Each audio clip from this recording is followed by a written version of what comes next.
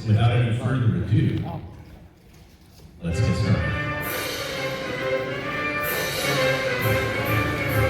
First, ladies and gentlemen, would you please welcome to the stage, Quinn. Christine Quinn. Christine Quinn. Hello, Christine Quinn. There she is. For our next candidate, would you please welcome Audrey Henson.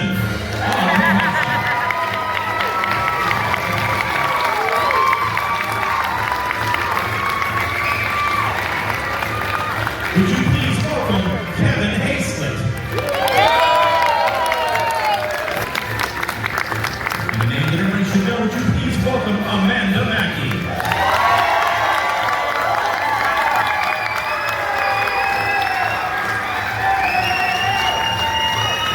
And now would you please finally welcome with me Paulina.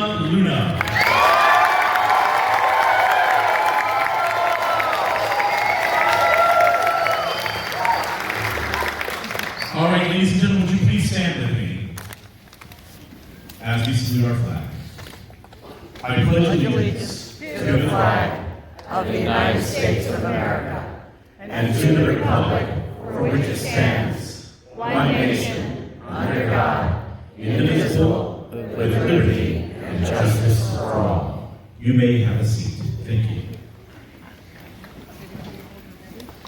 And we will now begin our debate with 5 minutes from each one of the candidates for their opening statement. Starting us tonight will be Christine Quinn. Hi, everybody. It's a pleasure to be here. I'm running for U.S. Congress here in the 13th District, and it would be my honor to represent you in Congress in Washington, D.C., and represent the needs of Pinellas. America is worth saving. I will fight for our freedom. I'm a conservative, and that's what I'm all about. Conservatism must set the agenda and govern accordingly. By restoring our prosperity through the self-governance and championing policies to get there. I've outlined 5 ways to secure America. First, by empowering parents through school choice. Second, we must secure our borders and reduce crime. Third, we must have an election integrity. Without that, there is no hope for a fair election again.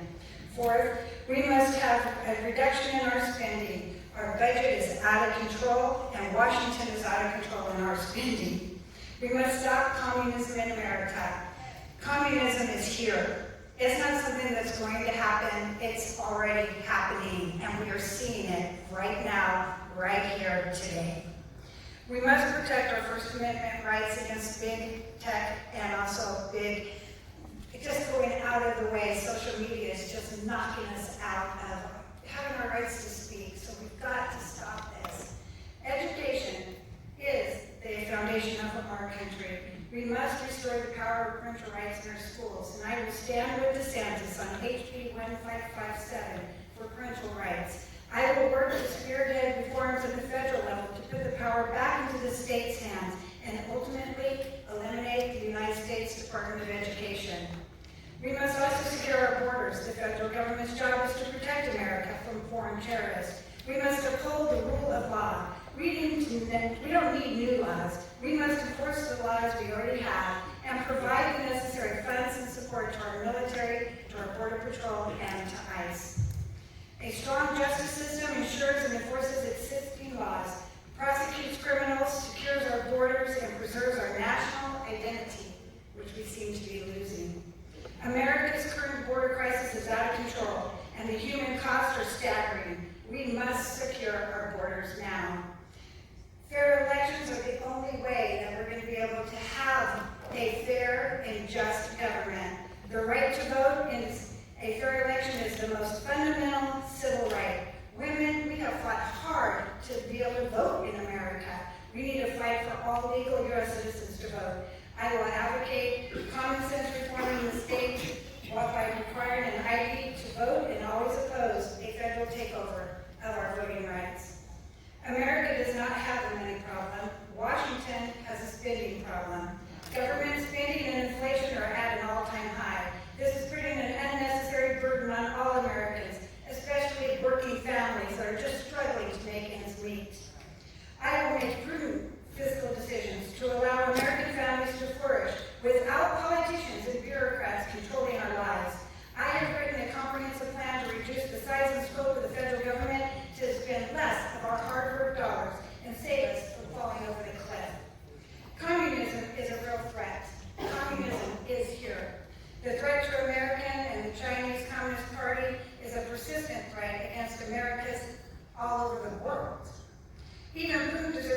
Belarus's unmitigated scorn in the wake of Russia's invasions of Ukraine. I will develop a China-resistant economy to ensure Americans' prosperity during the power struggle that we're going through right now. Our First Amendment rights are under attack. Big tech and social media companies are instigating all kinds of attacks on hard-working middle-class America by silencing facts that they later deemed true. They are actively undermining everything this great country stands for. I will put the power back in the hands of the people by holding big tech and the media accountable, by using antitrust laws, by proposing new measures to end their abuses. We must uphold our free speech right, our First Amendment, at every cost, at any cost. We cannot lose that. Finally, none of this is possible if we don't respect life. Every human has an inherent dignity and worth. I will mobilize with definitive action to advocate life-saving policies at the federal level because our Constitution guarantees the right to life. And without life, there is no liberty. Deuteronomy 30:15. I set before you life and death. Choose life. And I'm asking you to choose me to represent you in Congress, and I will represent our freedoms. Thank you. Thank you, Christine.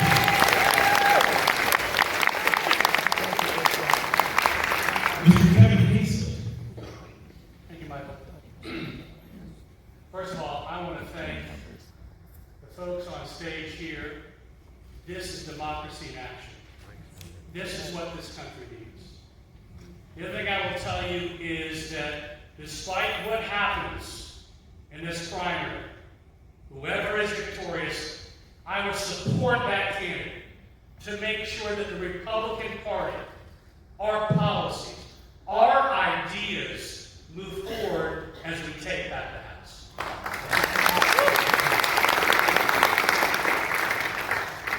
I'll say this, all of us know it.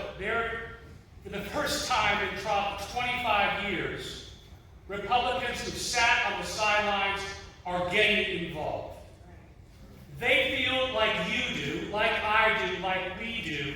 This country is on the wrong direction. We've seen what's happened in not even 2 years with a Biden-Pelosi government. Borders, porous, Title 42 going into effect less than 30 days. There are 500,000 people that are mobilizing to the border to come here. We need to do something to stop it. Part of the reason that I got in this race is because the same feeling that you all have in your gut, and that is we need to change. The difference is that I grew up here. I'm from here. I brought every Hayslett I know. They're sitting on the third row here tonight. I've got my dad, I've got my mom, I've got my wife, I've got my brother, I've got my sister, I've got their spouses. This is our town, this is our community. I'm a political outsider, but a community insider. I went to Clearwater High, go Tornadoes. My wife went to Tarpon Springs. She's a proud sponger, little problem in the house. And I'll tell you this, when I said that I am getting the race, this is not just me and my race. This is also my wife's race. I say that because I drug her out on Valentine's night to the PRCC meeting, and that's when we spent our Valentine's. Today is our 31st wedding anniversary. We got 3 sons. My oldest, Logan, is in New York City, works in finance at a very high level. We think capitalism is good. Our middle son went to Naval Academy. He is a proud, active lieutenant in the second, he's an 02, in the Navy. He's got an upgrade. He was on a destroyer. He's moved into the SEAL community. Our youngest son, at 6'7", the baby, is at West Point. In our family, we breed and lead and provide leaders. We believe this country needs leaders. We believe, as I said before, we're on the wrong direction. Someone came up to my wife and I the first week of the campaign and they said, "You sure talk about your kids a lot." And I said, "Yeah." And she goes, "That's okay, honey. It's important to raise dragon slayers in the time of dragons." We're in a time of dragons, and that is a Democratic Party that's taking us down the wrong road. That's why I believe, like Ms. Quinn said, strong borders. Second, we need to get rid of inflation. And there's a way to do it. We just can't afford what we've got going on right now. Secondly, we saw the Summer of Love. We watched with horror the peaceful protests, the people that held their breath because COVID didn't affect them. And that's why I believe it's important at this time more than ever to back the blue to support law enforcement. I'm proud to say that Sheriff Walteri, our sheriff, Jim Coates before him, have endorsed me. I'm also blessed to have the endorsement of a lot of former Mayor Bill Foster in St. Pete, other community leaders that believe that this community needs someone from this community to lead it. And I feel none of this happens unless the Republican Party mobilizes, gets involved, runs candidates, stays active. Understand, and this is not melodramatic when I say this, there's never been a more important election than this fall. Mark my words. We have an opportunity to take back the House, and when we do that, we will take back our government with your help. Thank you, Kevin Hayslett.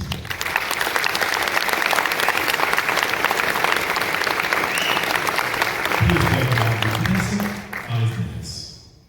Good evening, everyone. I am so very excited to be here with you today.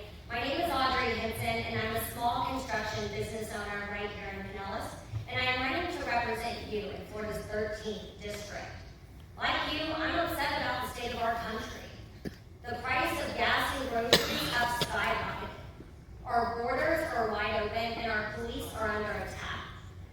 I'm young enough that I realize I'm not supposed to be yelling at the TV. It's time for me to get off the sidelines and get involved. And that's why I'm running this cycle, because I want to represent you. Like so many of you, I grew up right here in Pinellas, down in St. Petersburg. Grew from very humble beginnings from a low-income family. My parents were divorced.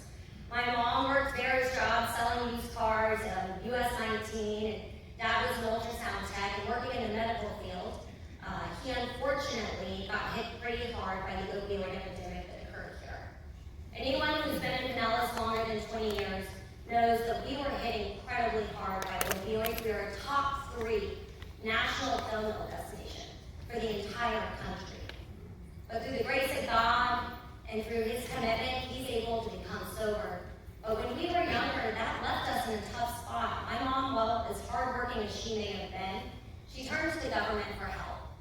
And it's too often that families like mine and young people like me get on welfare, whether it's food stamps, Medicaid, free and reduced lunch, and they think these programs that are designed to help us are going to, and in reality, they end up hurting us. Whether you've been on welfare or not, we all saw through the pandemic that giving out free money doesn't work. People need opportunity. They need trainable skills. They need the chance to work. If you're willing, if you're able, which I know so many are, they want to take advantage of that opportunity. And so that's why I dedicated my life to providing opportunity for others. I'm so lucky that I get to work in construction right here in Pinellas. But before that, I spent a career working in public service. Whether you know me or not, I've actually already been advocating for you. And I've been fighting for you. I've spent the last 10 years fighting for low-income families all across this country, especially families right here in Pinellas. After going to Dixie Hollins High School and St. Pete College in USF, I studied political science and wanted to go make a difference, go reform welfare, go to Washington, D.C., what we're all doing right here tonight. Had the best of intentions, and realized that while I could have graduated college debt-free, I had to take on student loans to go work for a Republican senator. What is more hypocritical than a Republican senator who tells everyone to pull themselves up by their bootstraps, but then says, I'm not going to pay you for work you did? It didn't sit right with me, and it didn't feel American. So I started a nonprofit and grew it to a national organization to fix that very issue. It's called College to Congress, and through that work, I helped 2,000 young people out of poverty, advocated and got appropriated over $48 million for young low-income County leaders. I even created an online tech platform that's been adopted by state legislations, universities, colleges alike, and testified on 4 different occasions in both the House and the Senate, while I was under 30, telling a bunch of 60-year-old members of Congress how to do their job right, making our Congress more effective, making it more efficient, and doing it with less taxpayer dollars. So on day 1, I'm going to be able to get to work for you. I'm going to know exactly what to do and where to go, and I'm going to start with Charlie Chris's backlog. We all know he's just been sitting in his seat doing absolutely nothing, waiting for the next seat to run for. Don't have to take my word for it, he just proved us all right last year. I think it's time that Pinellas finally got the leader they deserve. I'm so sick of flip-floppers like Charlie Chris and David Jolly, who come in one party, end up being rhinos and leave another. Or carpetbaggers who aren't even from here, who can't win this seat. This is our year to turn this seat red. And we need a local fighter and a leader to do that, and I am just the candidate to get that done for you. Tonight, I hope to not only share my platform, but to earn your support and to eventually earn your vote. So thank you for coming out, and I look forward to getting any questions you may have.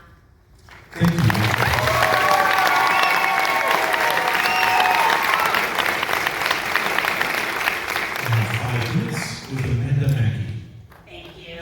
Thank you, Michael and Kathy. Thank you, Cliff Gephardt and Conservative Grounds. Thank you, Abundant Life Ministries, for hosting us tonight.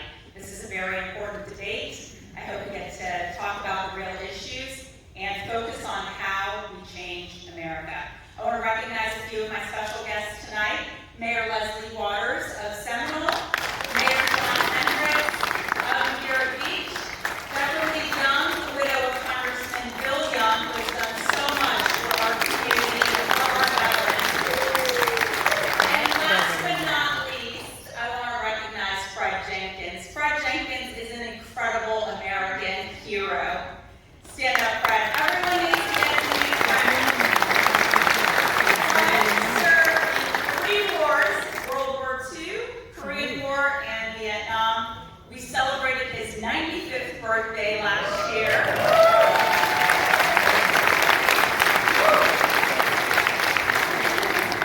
Fred is a huge supporter of President Trump, a conservative, and we're so glad to have you here tonight, Fred. For those of you who don't know me, I'm a conservative, a lifelong conservative. I am a saved Christian, and I am a refugee to this country. Much like the images that we've seen over the last month in Ukraine, and what we saw over the summer in Afghanistan, my family and I fled an oppressive, religious, dictatorial regime. We came to the land of opportunity. My father, while he was a surgeon in Iran, he also was very politically active. He led pro-West, pro-American demonstrations, and for that, he was kicked out of the medical school that he was in, because you're censored in countries like that.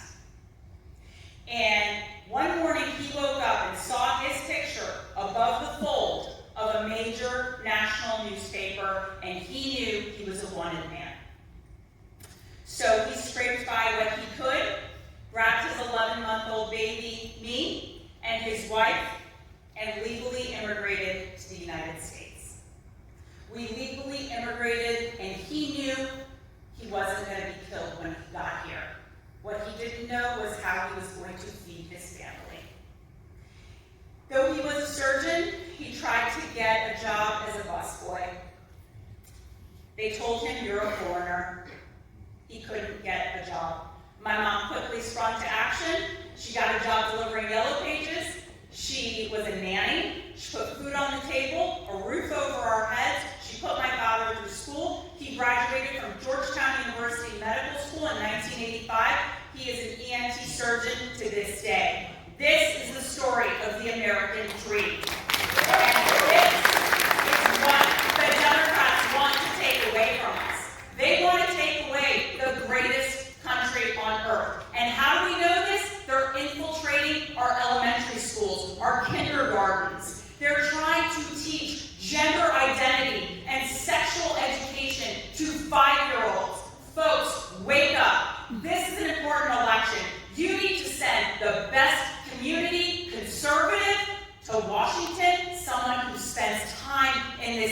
district, I have held over 30 widely attended, open to everyone, no-cost events, because I need to be able to feel your pain, channel that when I serve you in Washington. And that's what I will do. You should ask, what will you do for your country when you get to Washington? I'm going to tell you exactly what I'm going to do. First things first, file articles of impeachment against Joe Biden. File election integrity legislation to require voter ID laws in all 50 states. One citizen, one vote. No more ballot harvesting. None of that. No more weeks on end of early voting. We have got to instill confidence in the American people that their vote matters. Build President Trump's wall. I went to the wall. It is not built. All the material is sitting right there. Reintroduce Governor DeSantis' legislation on term limits that he filed in Congress. I have the term limits pledge right here. Hold me accountable. It's signed. And lastly, fast track all pipelines like Keystone XL pipeline to allow America to be energy independent.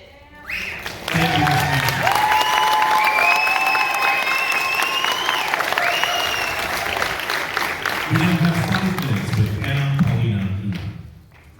Thank you everyone for attending this evening. My name is Paulina, for those that might not know me. I am the only Trump-endorsed candidate in this race. I'm pro-life, pro-God, pro-gun, and anti-globalist.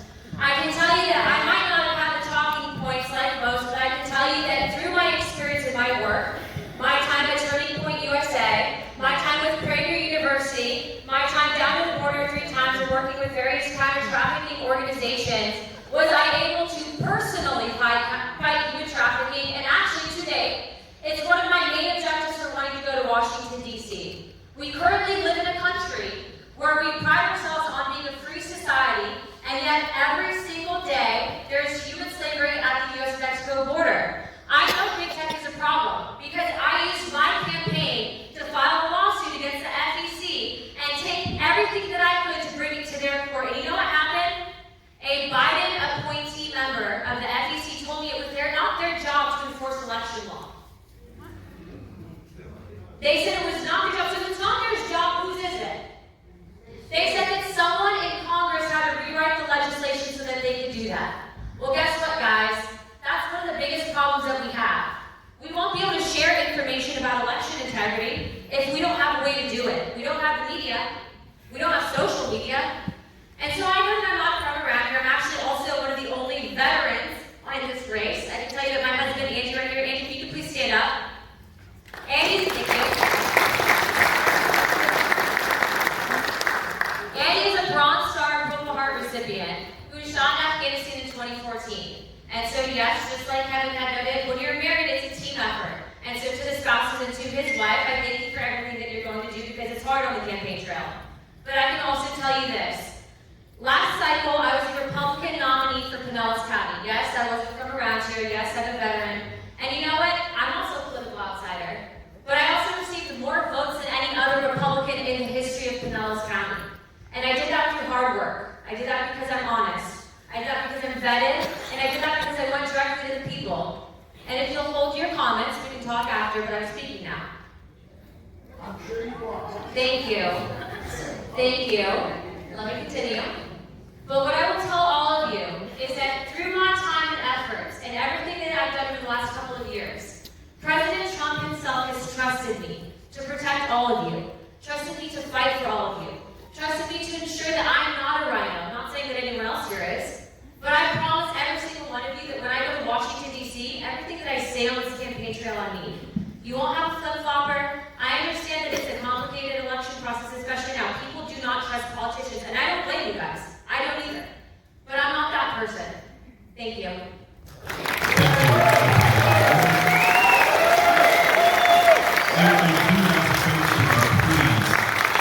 No comments during the time of the candidates. That's something that can start early and then it gets out of control, and I won't let that happen. If that continues, we're going to ask you to leave. Okay? All right. Well, thank you for that to all the candidates. But now we're going to transition into our domestic policy round. And at the end of the answers provided, each candidate will have 30 seconds to ask a question of the other candidate. And in response to that question, the person answering the question has 1 minute uninterrupted to reply without asking a question in response. So the questions are going to start first to Kevin Hayslett. In regards to domestic issues, what 2 issues do you believe are the most concerning, and what would you do if elected? Or what would you propose to do in Congress to solve these matters of concern? The first thing that we've got to do is make sure that the American public has faith in our elections. Period. That's job one. The second thing that we have to do right now is to fix the economy and fix inflation. There's a couple ways to do that. Right now, how of us have seen the photos of the barges, the container ships, sitting off the coast of California? And see what Governor Newsom has made policy changes to make sure that good American truckers cannot move those goods to our homes, our Lowe's, our Home Depots. He has stopped that. It's regulations like that which are choking our economy. The first thing that I would do in Congress is to make sure that we have legislation for all 50 states. Like Governor DeSantis said, when Newsom closed that border, that port, he said, come to Florida. We have a lot of New Yorkers here now, a lot of folks from Illinois, which is a good thing as long as they don't vote the way they did up there. But the point is this. The point is this.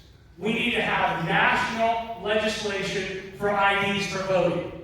We need to have penalties like Governor DeSantis is enforcing for people who commit crimes at the polls. On the inflation economy, we've got to undo this clogged toilet that Biden has created at our ports and allow the goods and services to get to us, to free up the backlog, to make sure that our economy gets back. You probably don't realize, and you've seen what the Fed's going to do. The next year, they're going to raise rates 2 basis points. You know what that means? We are going into a recession. If I get to Congress, election law, also open the ports, get the goods moving. Time. Thank you, Mr. Hayslett. And the same question regards to domestic issues. What 2 issues do you believe are most concerning, and what would you do if elected?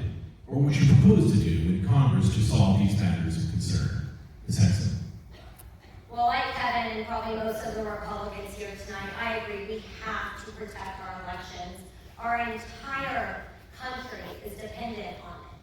But when I think about the 2 most important issues and how I want to solve them, I really think about our populations that are our most vulnerable. This week I put out a statement talking about what's happening here in Florida, inside of our schools, supporting Ron DeSantis' new parental rights and education bill. And the reason I feel so passionately about this is because as a child for years, I was sexually abused. And I know what it means to not be protected. So I have dedicated my life to protecting the vulnerable. When I think about the vulnerable, I think about 2 main groups, our kids and our seniors. When it comes to kids, I think the biggest issue facing them, of course, is our education system today. We have George Soros, Hollywood elites pouring millions of dollars into our curriculum. We have an entire generation of young people going to college today for the sole purpose of becoming a teacher, not to actually teach math and science, and we all know we're losing to China on both of those issues, but to shape the minds and get rid of conservatism and push a progressive agenda. At a time whenever young people are taking on $250,000 in debt to go get liberal arts and basket weaving degrees, why don't we teach them trades and skills? As a constructioner, I'll tell you right now, we're losing our master tradesmen. They're all retiring, and we need to create opportunity for them. I think about our seniors and what's happening in the economy and with inflation. They're living on fixed income on Social Security. I will always fight to protect and defend your Social Security, and I will do everything in my power to build back in America again, because that's how we start to save money and get out of this crisis. Thank you, Ms. Henson.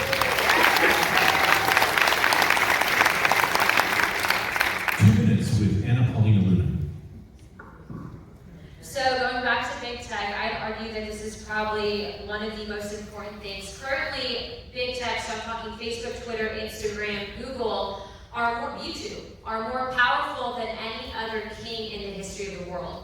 This is something that influences election laws, it influences information in regards to what's happening in the economy, it influences everything that we engage with on a regular basis. The first thing that I would like to do when I get to Washington, D.C., because to be quite honest with you, there is an age gap. There is an age gap with people that don't use big tech, don't use outlets like Facebook to communicate. I want to help bridge that gap, and I want to help write that legislation so that the younger generation isn't suckered into believing that communism is a good thing, and yes, it is currently happening. I can also tell you that in regards to election integrity, the most disturbing thing to me is that quick show of hands, who here was suppressed when you put out information on the 2020 election? Okay, that's disturbing. If you look around real quick, we can't even share that information. Yes, we need to have more strict punishments at the federal level, but I can also tell you that we're going to have a huge problem if we don't ensure that we only have American citizens voting. So we have to make sure that across every single state that it's federalized, that they can't just send in these ballots to whoever they want. They have to do it one day in person, anything possible to make sure that we are getting the right people to those ballots with their names. We cannot in any way, shape, or form allow them to do what they did again in the 2020 election cycle. And so you have my word, that's what I'll do. I've been doing it, actually used some of my campaign funds already to actually do this, and I can tell you that they might have blocked me at that first step, but if I'm in office, I can tell every single one of you, one of the first things that I will be filing with some of the members of the House Freedom Caucus is something against big tech to break them up. Thank you.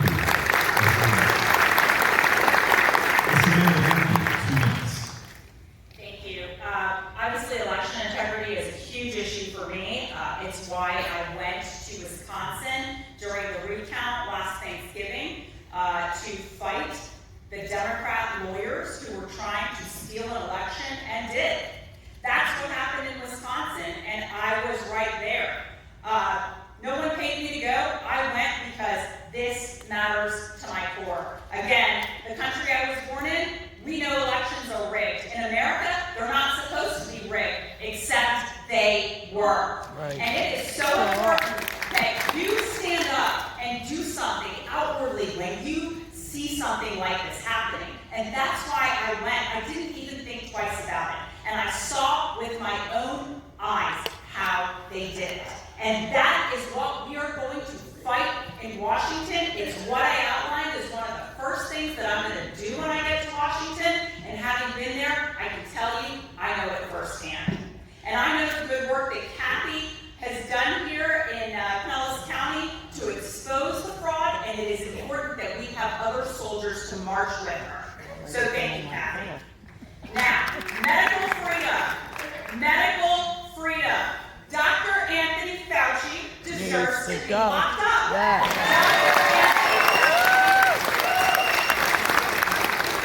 He's the highest paid federal bureaucrat in America. And he, alongside Francis Collins, the director of the NIH, used their power, used our tax dollars to suppress information so that we didn't get the right information that, you know what, ivermectin can be used instead of a ventilator. Chloroquine can be used instead of a ventilator. And we killed thousands of Americans because we put them on ventilators. Thank you.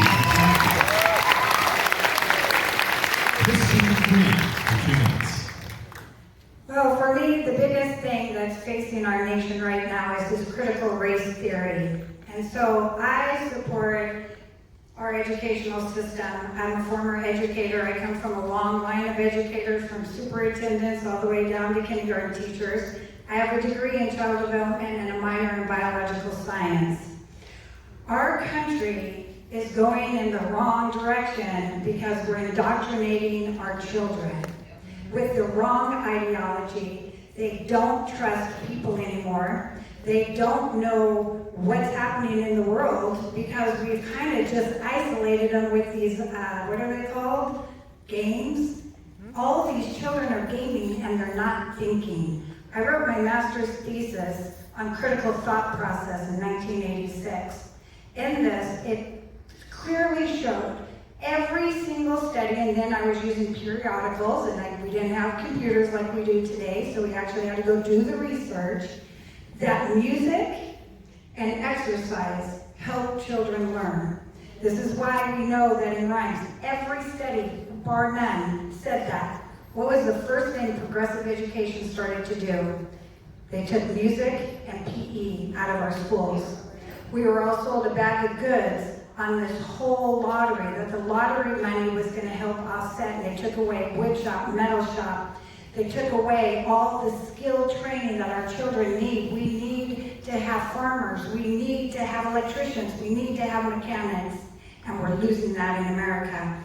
I only have 20 seconds left, but medical freedom is number 2. And for me, my now ex-husband got the flu shot, and he got Guillain-Barré. He was paralyzed in a respirator for 8.5 months. He was in critical care for a year. I studied this little vaccination like there is no tomorrow. I went up to Congress to fight it. I'll tell you a little more after. Thank you, Ms. Quinn. We're going to enter into the question round. And as the candidates have a question, please state who the question is directed to first. You have 30 seconds and 1 minute uninterrupted response. Mr. Hayslett, your question first. Sure. I'll take, like it's Jeopardy. I'll take Audrey Henson for 500. Along the line of the First Amendment, we saw this last week. Elon Musk acquired 9% of Twitter. We're waiting for Donald Trump's first tweet. If you were elected to Congress, Ms. Henson, how would you use your power in Congress to make sure that the social platforms have free speech? I appreciate the question.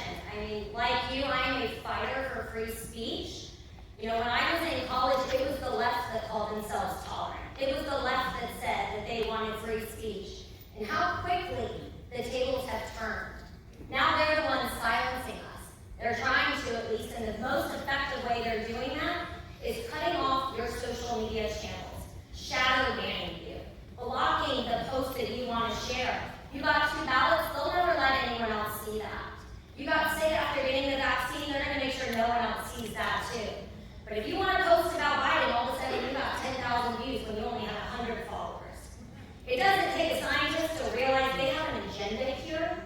They are trying to push a liberal agenda through every single aspect of our culture and our society.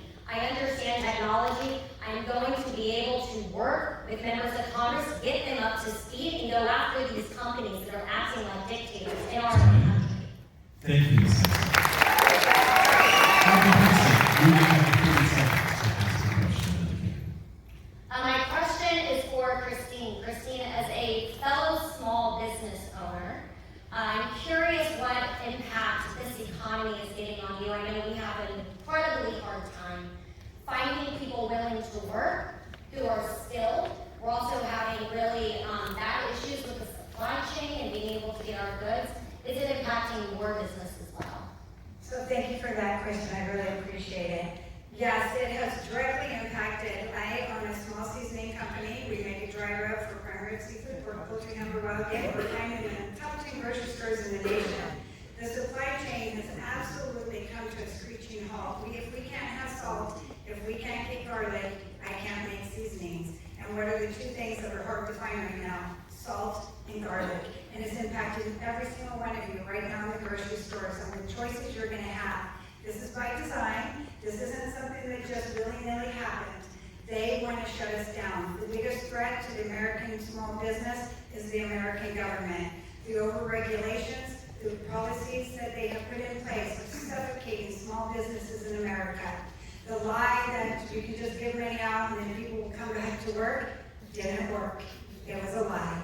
These people don't want to come back to work, but they still want to have their hand up for money. I'm always for a hand up. You can't be pitiful and powerful. I'll help you out a bit, but you can't be. You have to make yourself powerful. Thank you, Christine. Amanda Makki now has 30 seconds for a question. My question is for Paulina Luna. Why did you call yourself an avid Obama-Biden supporter, and how can you be trusted to be an American first We want to candidate go in Congress? non-ad hominem if possible here. Sorry? Non-ad hominem if possible. think that's very relevant to someone running for Congress. Yeah, we're trying to go down that path. That was our agreement. I would like to know why you were an avid Obama-Biden supporter. Well, That's my question. policy related. Wait, hold on. I can answer that. I can tell you that, actually, a lot of people on this stage, well, let's just start with this. So, we're in a church, and the 8th commandment is, thou shalt not bear false witness, or thou shalt not bear false witness against thy neighbor. Interestingly enough, I actually never voted for Obama. And actually, at the time that she's referencing, I would have been about, 15 years old? So, interestingly, well, I don't like it. So, Cliff Gephardt actually voted for Obama. Many people in this room did. I did it, and I'm running You for folks, president. I'm going to pause everybody for a moment. Can we close the time for a second? Let me The way finish. that this, I just want to pause for a second. This is not the way that this debate is going to happen. Okay? We are going to ask questions about policy. We're going to let the other person then finish. I will not tolerate that. So we need to make sure To that answer we're your guys' question, you should not alienate people that have voted one way. I have not. Specifically, I have not. I have not supported Obama the way that you claim that I have. But you should not alienate people that are coming over to the Republican platform because clearly the Democrat Party's left a lot of people. And there's a lot of people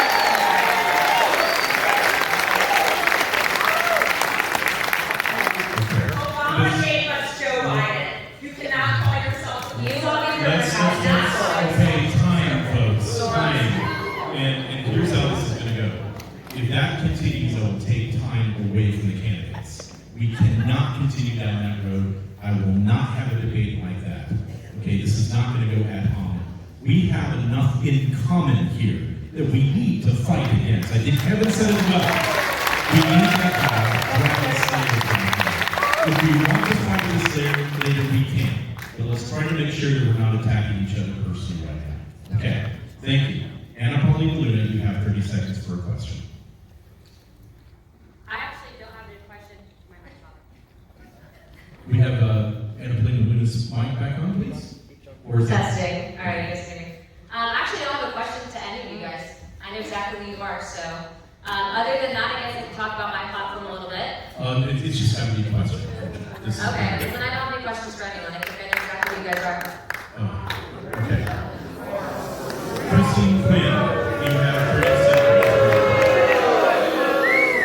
Okay, well, with that response, Anna, we don't know who you are. Okay, let's stop for a second here. And this is where this, please stop, excuse me, up top, can we stop the mics? This stops now. This stops now, and I've never had to do this before, actually in 15 years. But this stops now. No more personal attacks on anybody. And I mean it. personal attack when you ask a question about We already discussed all of this prior to the debate, and this will not continue. Okay? Okay, so I have a question. You talked about filing lawsuits. How many restraining orders have you filed? Guys, again, this is not about personal. And we are moving on. We are moving on at this point. We are moving on at this point. Okay, folks? And I'm warning everyone right now. I will not let this get out of control. We have agreements in regards to what we did for this debate. I expect you to follow those agreements to the T. And if you don't, we will stop. Okay? All right. We're not going to do this, folks. Okay? Look, we have too much at stake right now in this country to get down to this petty nonsense. All right? Let's move on. Let's talk about the issues and we'll go from there. Thank you. Okay. And that's it. Okay? We're moving on to the next question. Well, wait, I still have We are moving on to the next question. Well, I have a We are moving different- on to the next question.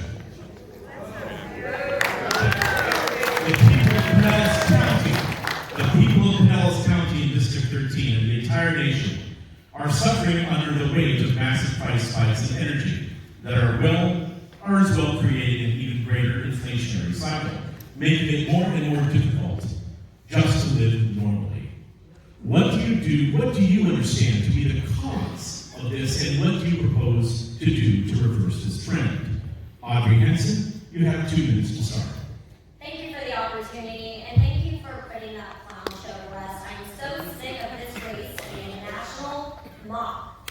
It is time to take this seriously. I applaud my fellow candidates who are taking this seriously. We're running to do something that very few people in this country get to do, and that's be a representative and a voice for you. That's an honor. That's not something to sit around and yell things at each other and throw accusations around. And I am going to lead like a true leader and not like a little child, and that's what this race has become. To the issues of gas, I think it's very obvious to all of us why gas is so expensive right now. One of the first things Joe Biden did when he took office was stop Keystone Pipeline. We had an opportunity to start to become energy independent again. When I worked in Congress, I was very grateful to get to work on a crude export bill. That allowed America to not only use our own oil, get our own oil, but also sell it. Now we're buying oil from Russia, from Venezuela. Joe Biden is negotiating with Venezuela. Think about that for a moment. He is giving American dollars to other countries when we have natural resources right here that we can tap into. We needed an all-inclusive energy plan. So it's not just making sure that we can get our oil here, but also investing in renewables. And we need to make sure that we have fighters who are going to be willing to do that, not people who have lobbied the oil industry before, not people who are beholden to big companies and big industries. And that's what I'm going to do when I'm in Congress. I'm going to make sure that the low-income and middle-income families can afford to live in this country. Because we can't say this is the greatest, most free country on earth with the prices that we have today. Thank you, Ms. Makki. You have 2 minutes. Well, obviously, inflation is crushing each and every one of us. In fact, the Tampa Bay area has the highest inflation rate in the nation. We're at almost 10% when the national average is closer to 8%. So we are feeling the effects the hardest. And guess what? The Democrats and Joe Biden don't give a damn. They're not doing anything in Washington to make a difference for middle-class Americans, for people who are working-class Americans, for people who live on a fixed income. Folks, when the price of fuel goes over $4, Americans have to make the decision between going to work and being able to buy groceries and put food on the table. But I believe this is all part of the master plan of the Democrats to keep you beholden to the government. That's what they want to do, just like they did last year and the year before with COVID. They wanted to have people get paid to sit at home, not work, pay you, and the economy would never survive. I know because I've talked to business owners in Pinellas County, they couldn't find employees. Because guess what? The government was paying them more than they were making to sit at home. This is a crisis, okay?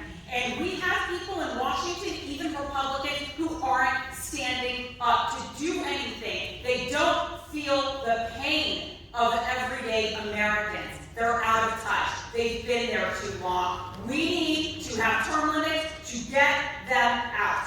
Quickly, one thing Biden could do today: announce multiple leases in Western Gulf of Mexico, expedite offshore and onshore permitting to increase production, and fast-track all pipelines, including the Keystone XL pipeline, which on day 1, he shut down.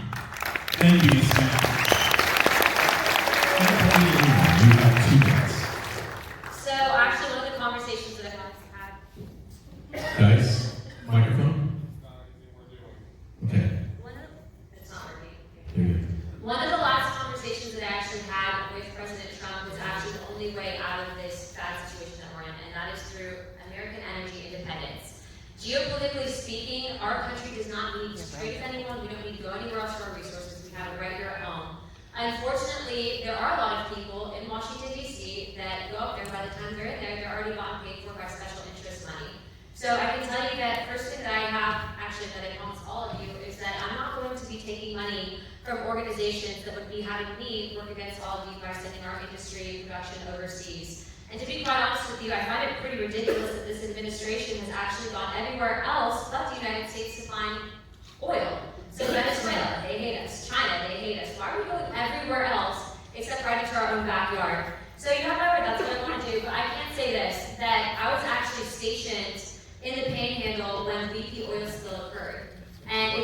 of damage to our environment, and it did a lot of damage to the people in this community. So I think it's really important that we focus and that we make sure that everything that we're doing, it does have third and fourth rate effects, and that when we are passing this legislation, that we can't just go with the east route. We have to think about what's going to happen. So American energy independence, but I'm not for offshore drilling.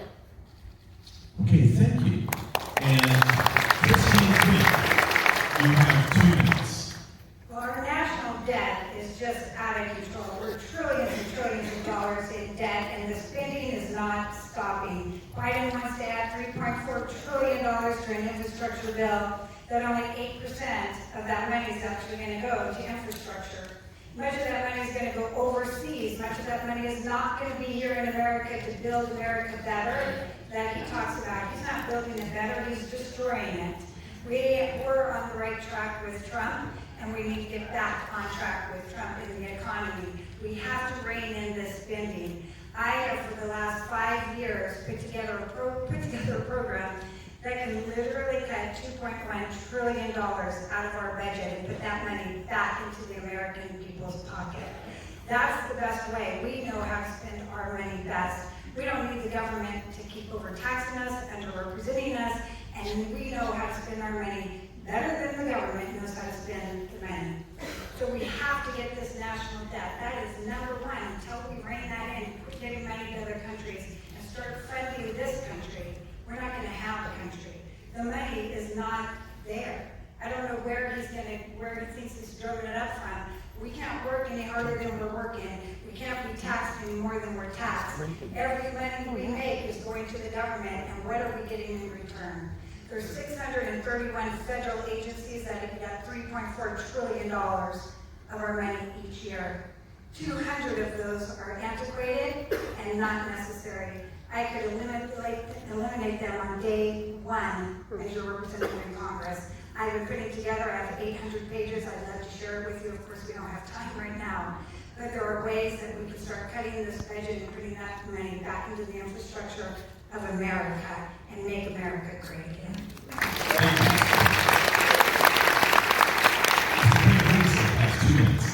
Thank you, Madam. The first thing we need is strong leadership. Let me explain what I mean that the first thing we need to say, whoever is in Congress, is to tell the Biden administration, we can't afford it. We can't afford it. We've been printing dollars like we're drunken sailors. No offense to the Navy folks. But we have. And when we do that, we create inflation. Inflation is a tax. Tampa Bay area home prices are up 25%. Can you afford rent? Mortgage rates are going to go up. They're at 4%. They're going to go probably to 7% within 18 months. Can you afford a mortgage? No, you can't. First thing, stop the spending. To do that, you got to fix the hole in the boat first. Second thing, when the pandemic hit, guess what? We relied on China. PPEs, we couldn't get them because we couldn't get them here fast enough. We've got to go back with American ingenuity and manufacture things here. Our pharmaceuticals, which our elderly folks need here, they come from China. We cannot rely on a foreign government for anything anymore. We cannot be held hostage. We watched President Trump when he was talking to Germany, talking about Russian gas. They laughed at him and said, you're going to be reliant on Russian gas. Look who's laughing now. You saw what happened last week? Russia is no longer accepting American dollars. They're accepting rubles. You know what that means? Biden's administration of sanctions are failing. You know what it does to the dollar? It goes down. This administration needs a tough, new congressperson to go up there, stand up to Biden, but also work with other Republicans. You can't be one. There's no I in team. It's going to take a team to make this work. It's going to get a team to coalesce. And I'm the leader of that team. Now we're going to go to the question period. Again, I just want to say again, it needs to be non-ad hominem. We can ask policy questions. Let's see if we can get through this. So, Ms. Henson, you have 30 seconds for a question and 1 minute for response. Right. Kevin, this question is for you. As the only other local on this stage who has grown up in Pinellas County, I want to hear what you think about what happened with the BP oil can prevent issues like that without restricting business here in Florida? Great question. I feel like you're creeping on my Facebook post. If you know, I'm a huge fisher. My brother and I have literally spent the time since we were little kids fishing. My grandfather, I can remember fishing the Gulf of Mexico when I was 6. Back when we used to catch kingfish by the trash can. It probably wasn't the right thing to do, but we did. There was 20 of them back then. That's that red snapper would gnaw out the bottom of your boat. You know what? I am a conservationist when it comes to the most important thing this state has, and that is tourism. Tourism means that people come to our state, spend money on our small businesses. And it's important that we keep that pristine. We need to open the Keystone Pipeline. I agree with Amanda. Absolutely. But you know what? We can walk and chew gum at the same time. Develop alternative fuel while also open the oil price. We can't have that spill again. No offshore oil rigs in Florida. Mr. You have 30 seconds for a question and 1 minute for response. My question is for Ms. Luna. You said that election integrity is one of your big issues. What have you done on election integrity? Did you go to states like Arizona, Michigan, Wisconsin, or Pennsylvania to make a difference for election integrity in this country? Actually, I did. Right after the election, I actually went to Georgia and I actually helped with registering the poll watchers and do. In the state that that We asked the question, we need to make sure we have 1 minute response. We cannot have a response. But to be quite honest with you, I find it ironic that you're attacking me on that when you said the day after the election that Trump needed to concede to Biden.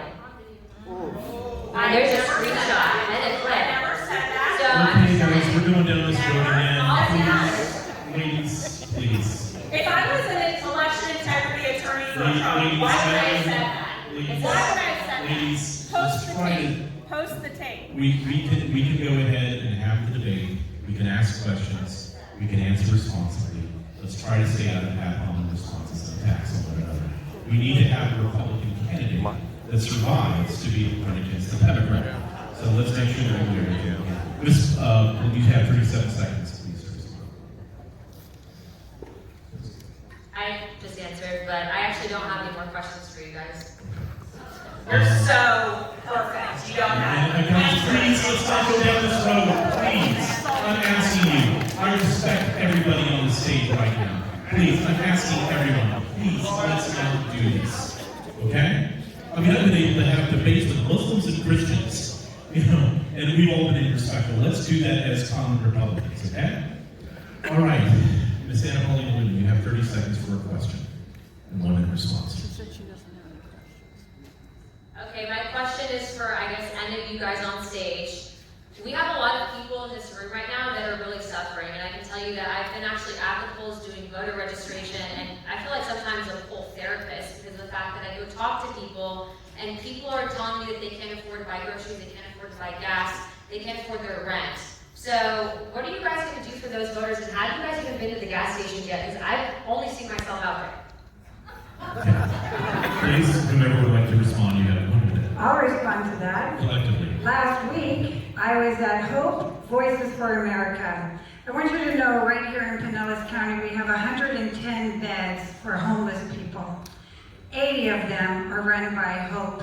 This is a fabulous organization. It takes only $4 million a year to fund it completely, where they're helping families get back on their feet through education and training. They also have the food bank, which I went to and volunteered in volunteering, giving out food to the homeless and raising money for the homeless and taking them diapers, shoes, underwear, and socks, which are like the number 1 and 2 that they need. And then they have another facility that's helping the abused women in our community. This isn't so much the sex trafficking, because that's a whole nother issue where I volunteer and have volunteered for the last 12 years, helping rehabilitate women who have been sex trafficked and get them jobs and get them back on track in their lives. Ms. Quinn, you have 30 seconds for a question and 1 minute response. Yes.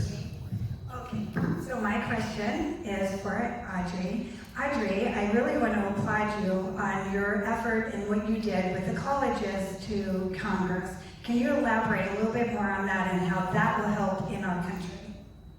When I founded College to Congress, I did it with a mission of making our Congress truly reflective of the American people. Unlike Democrats, I didn't base it on race, I didn't base it on gender, and I didn't base it on religion. I did it based on what I believe are the two things that actually hold people back in life: money and the ability to buy your way to power. So everything I did at College to Congress was to help low-income Americans right here in Florida and all over this country get the training they needed, the connections to get an internship, turn it into a job, and then network around them to ensure that they were going to be successful. I helped over 2,000 young people break the cycle of poverty in their lives. So whenever I think about inflation, I think firsthand of my students and the effect I'm having on their lives. They're the first ones in their families to buy homes, to have stable careers, and they are so lucky to get to serve this great country doing that. Thank you so much. You have 30 seconds for a question and then a response. I'll take Ms. Makki. Ms. Makki, we've seen inflation, as you said, go through the roof. We've seen local housing prices escalate. As a congressperson, what would you do to help alleviate the suffering families that are suffering under Biden's America with crippling inflation and rising prices? Well, obviously, we have to stop the Democrats' radical agenda, and the most important thing I would say, stop printing money. Stop borrowing money from China. We have to stop spending on entitlement programs, and we have to get people weaned off of entitlement programs. That should not be a permanent thing for everyone, and those are just two things. I would also say, let's scrap the Department of Education. This year, Joe Biden has in his budget $66 billion for the Department of Education.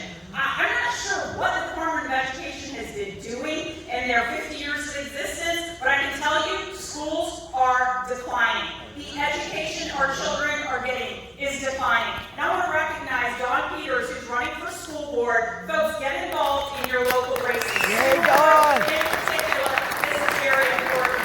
But I would say let's scrap waste, fraud, and abuse in the government, and let's scrap the Department of Education. Time. Thank you. We're now moving to our next question. And here's the question.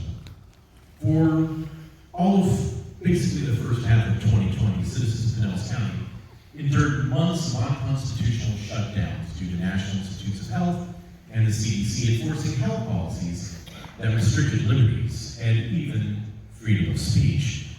We found our citizens being divided into categories such as essential and non-essential, while massive corporations exploded in growth and small businesses either struggled or shut down.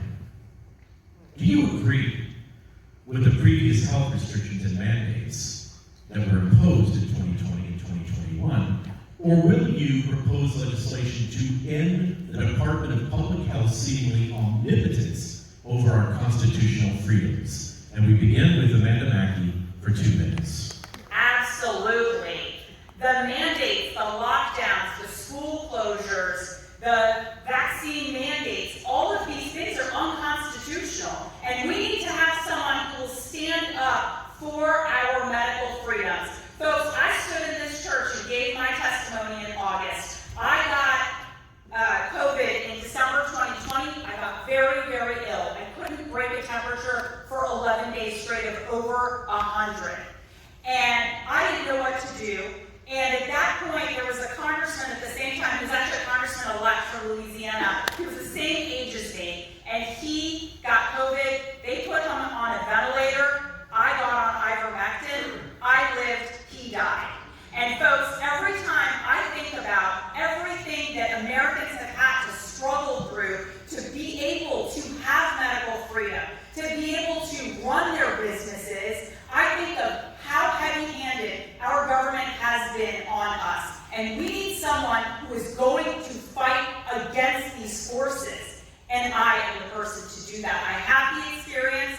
I have gone through this before with what happened with me personally. And I can say 100% we will look back. Again, as I said, ventilators killed Americans. Ivermectin, hydroxychloroquine, monoclonal antibodies that Governor DeSantis has been promoting, and Joe Biden and the Democrats have stopped. They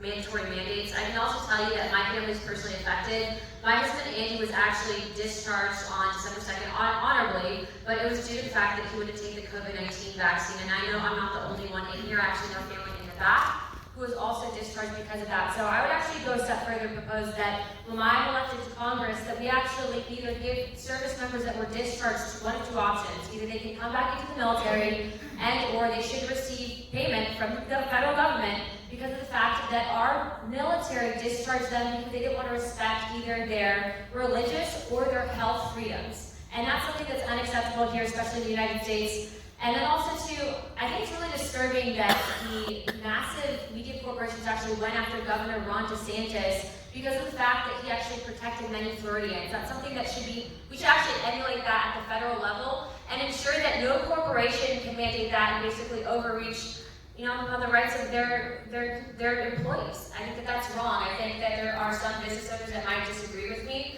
but I can tell you the amount of people that I've talked to, even people that were more independent leaning, even some Democrats, because I've talked to everyone about this issue, and what happened over the last 2 years has really made a lot of people uncomfortable. People are paying attention. They want people that are not tied to the pharmaceutical industry. They want people that are not taking pharmaceutical money. And I can tell you that I've actually sworn off and I refuse to take pharma money. So I'm not changing that by word, and I won't be changing my mind on that issue either. Christine Quinn, we have 2 minutes. Oh boy, where do we start? So we were lied to, and the woke corporations were in federal violation of mandating their employees to wear a mask. I'm OSHA certified as a manufacturer, and we had to go through a comprehensive plan on OSHA, which specifically states that if you have an employee that you're going to mandate to wear a mask, they must go to the doctor first, get a written release from the doctor that they can wear the mask, number one. Number two, you have to check their oxygen every hour and keep a list of it, and they have to initial it, so you're going to have an oximeter and check it, because you don't want their oxygen levels to drop. I'm just wondering, do you think Nordstrom's did that? Do you think that Home Depot did that? These people were mandating their employees, and then lastly, they have to have a comprehensive written plan for wearing a mask. I highly doubt that any of those corporations had one, yet they were forcing it on us. The other thing is we need to educate parents and their children. I was the one who went with Anthony Sabatini down here on the steps of Pinellas and paid for the lawsuit to get filed to stop the mask mandates when it very first started. It just was overwhelming what was happening to our children. We have the highest suicide rate amongst teenagers now. This is not because they want to kill themselves. This is because we isolated them. We took them away from their friends and their school and being educated, and they don't know where to turn. They don't know who to talk to, and they became very depressed. We've got to get our children back in school like they are here in Florida. Some schools still are allowing children to go online. I don't know if you know that. So I will fight in Congress to make sure that we are upholding the laws of the land and that we are not going to have an overreach. Time. Thank you. Kevin Hayslett, we have 2 minutes. I'm a constitutionalist. I believe that all Americans should have absolute control over their health care. Period. We've watched, the great thing about the pandemic is this. It allowed us to peer into the classrooms and to see what our teachers were teaching our children. Right. It also allowed us to see governors, legislatures at their worst, those that grab for power. Now, I spoke about dragons earlier. The great thing about the pandemic is it exposed them. We need to absolutely make sure, as a people, as a government, that we have freedom of choice. We talk about it here in Florida, but we're blessed. We want to make U.S. like Florida. Open businesses, own medical decisions, no mask mandates, freedom of speech. When Joe Rogan can't talk about alternative medicines from learned doctors, and he is threatened with censorship, this country has a problem. Right. Twofold thing on freedom of speech, control of social media, make sure that the departments at a federal level cannot dictate what happens to us. And secondly, we saw the Michigan governor with the power grab, California, Governor Newsom. Rules for thee, not for me, right? Yep. We need to make sure that we hold all government accountable on a federal level and also in our state. And if we can only have the science to clone Ron DeSantis. Thank you, Mr. Hayslett. Ms. Henson, you have 2 minutes. I gotta be honest, I am so sick of talking about shutdowns and masks and lockouts. We live in the greatest state in America. We live in DeSantis land. We don't play those games. Aren't you all so grateful? We are. We watch on the news, they're still burning down buildings. They're still protesting God knows what. Insert the new topic here this week. But as a DeSantis Republican, I will always stand for freedom. I will always fight for small businesses. And I will never let your sovereignty be stolen by the federal government. It's really our sovereignty that's under attack here. That's what they're going after. It's not about actually saving you from COVID. It's about taking away your freedom so you become sheep. So it is easier to control you so that the Democrats get to stay in power, and so you become small and they become big. That is what they are pushing here. People need to wake up and realize there is a bigger agenda at play here. I will always fight for your individual rights, and I will stand hand in hand with you against these insane liberal policies that are spreading all over our country. Here we go, You have now 30 seconds for a question, and then 1 minute for response. I would like to ask Kevin, what have you done on election integrity as an attorney? You know, it's interesting. In the recent election, I was not involved in the Gore election back in Bush. I was one that was called to the precinct to view. Remember the hanging chads? Remember that was a thing? That was back then. I was called and actually watched the ballot count come in. And at that point, that's when our election hung in the balance. Literally under the leadership of sort of Jeb Bush, vicariously through George Bush, we had a victory that changed the alternative course of this country. And that's why we're here. We didn't know if we have some freedom today. Thank you. Ms. Paulina Luna, you have 30 seconds for a question and 1 minute for response. Yes, this question is from Major Makki. My question for you is, have you ever been connected or taken money from a pharmaceutical company? I have worked for a pharmaceutical company. Yes, I have. And the job that I did for a pharmaceutical company, I'm actually very proud of. As someone with a personal connection to diabetes, I started diabetes prevention programs and got funding for diabetes prevention programs in all 50 states, including multiple sites in Pinellas County. What the diabetes prevention programs do is if you are pre-diabetic, your doctor will send you to a diabetes prevention program.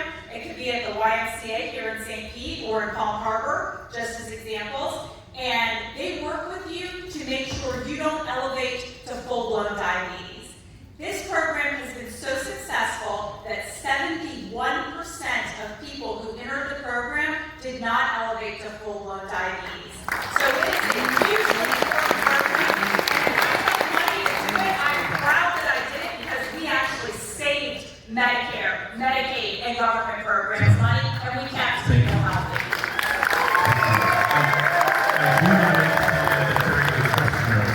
Trying to stick with the topic that was originally discussed. Christine Quinn, you have 30 seconds for a question and 1 minute response. Hi, Kevin. This question is for you. As an attorney, what kind of legislation would you push in Congress to help support small businesses, not just here in Pinellas County, but across the United States? You know, I think the first thing you have to do is understand that small businesses are the lifeblood of this country. As you look around this room, I know, and I can see by nod of heads, most of you work for companies, organizations that are less than 100 people. And when we had the shutdown, it affected you. The first thing you need to do is to make sure that I would picture that we go back to the Trump deregulation. Regulations kill businesses. Taxes on small businesses kill businesses. Somebody thinks that somewhere, somehow, that if you raise the taxes and you increase the regulations, that somehow a small business owner at 5 or 6 is going to pull it out of thin air to make payroll.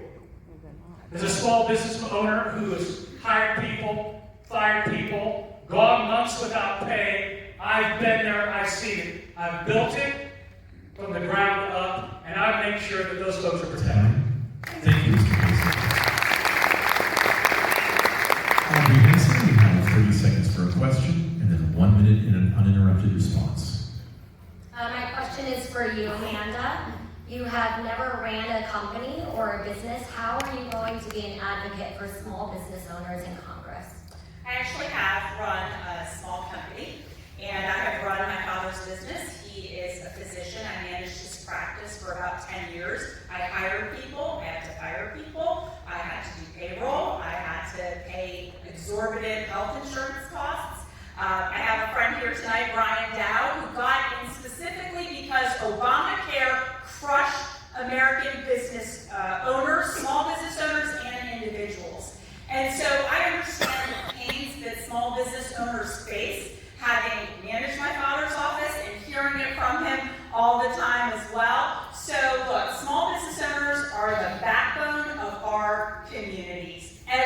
Each and every business here has suffered under Joe Biden.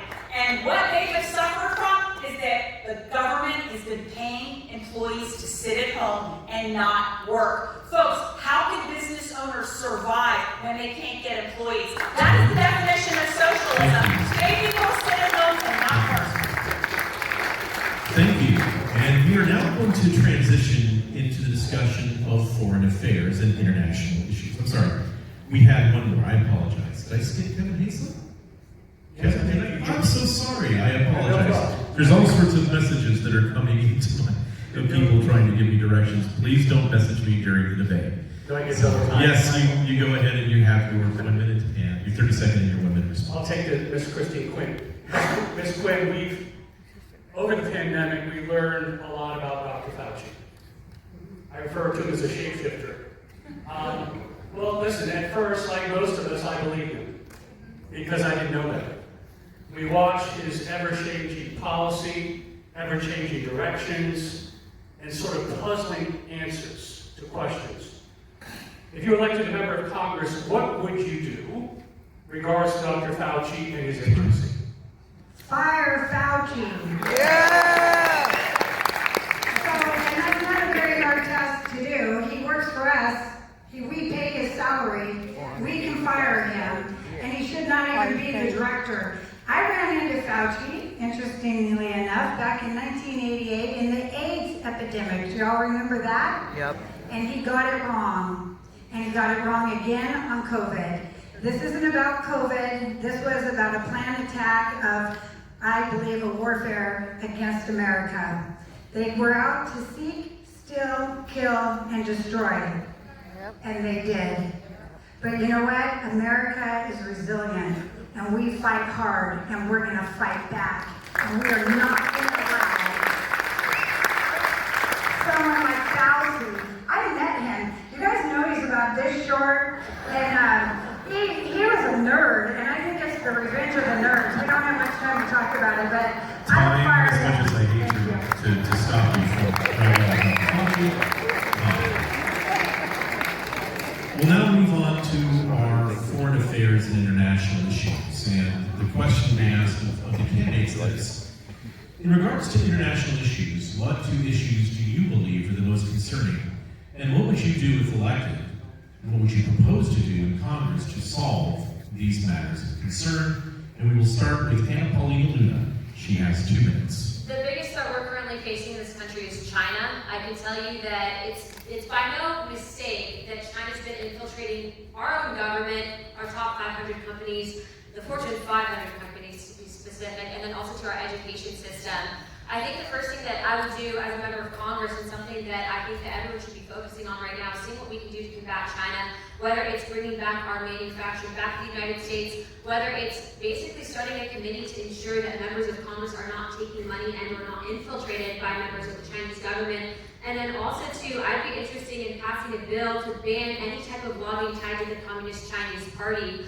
My second point would be that American energy independence does tie into basically what's happening with foreign policy, because our production, our energy, we are basically setting ourselves up to be overcome by China as the next world superpower if we don't get ahead of this. And I can tell you that with many of my friends that are still involved in the Department of Defense, you know, there's efforts that we don't even see. We're so distracted in fighting amongst each other and really fighting against what the media tells us to look at, that we're not paying attention to these issues. You know, in Washington, D.C., this is what I found so far. My time up there are so many people that are going there to become someone, and not people that actually understand the issues, and not people that actually, I think, even really care. Right now, if we lose this country, if we can't start talking to one another, what's going to end up happening is we will lose it for good. And when this country is gone, there's not another one like it anywhere in the world. We are the last beacon of hope for this entire world. And so I found it incredibly helpful. Thank you, Ms. Luna. Christy, Quinn, you have 2 minutes. So China is our biggest threat. People want to think it's Russia, but it's not Russia, it's China. And it started with Nixon when he opened up free trade with China, and we all bought the goods. And we were warned not to, but we didn't listen. And look what's happening now. We're paying that price. But the biggest threat is that China is expanding its military and stealing American jobs. Their technology that they are developing is posing a direct threat against every American, against everyone sitting in this room right now, for our security and our prosperity for the future. I will stand strong to oppose and to expose China's aggressive military buildup, growing their cyber capabilities and their gross violations of human rights. You know, we talk about sex trafficking, we talk about all the things that are happening against women. In China, it's 10 times worse than we ever see it here. And no one is doing anything to stop that. We need to stand up and we need to stand strong. And you know what? We had a great leader in Trump. And Trump wasn't afraid, and they knew it. Biden came, and look what happened. He's weak leadership, and they're not afraid. It's good to have a little bit of an element of fear to keep them at bay. We have to stop China's aggressive movement right now. Do you know that they're doing military training right off our coast between Hawaii and California with submarines? Do you want to know what the great threat for Cuba is? Cuba has the largest deep water island, and it's owned by Russia. And Russia's bringing down their submarines to park right in Cuba. You ever wonder why we don't go after Cuba and try to help them? Because we're only 100 miles away from the tip of their Thank you, Cuba. Kevin Hayslett, you have 2 minutes. First problem I see in foreign policy is the way the world views our country.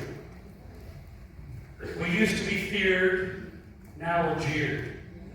Any of us who watched what happened in horror in Afghanistan.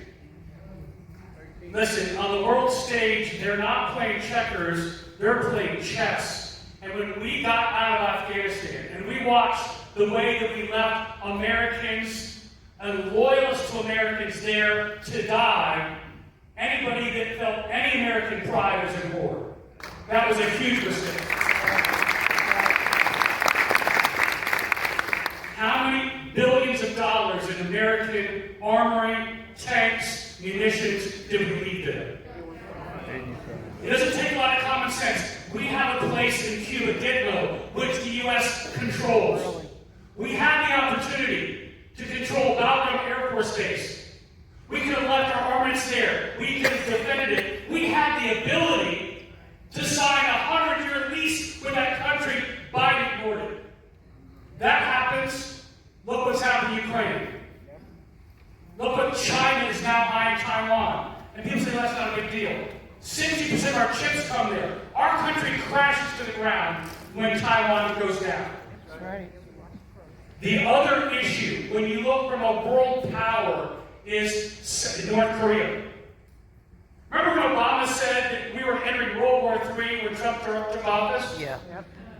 Within, what was it, a year and a half? He had him eating out of his hand. Yep. During 4 years of Trump presidency, what world leaders made a move on the world stage? We need to get our independence. We need to get our swagger back. If I go to Congress, I'll bring it.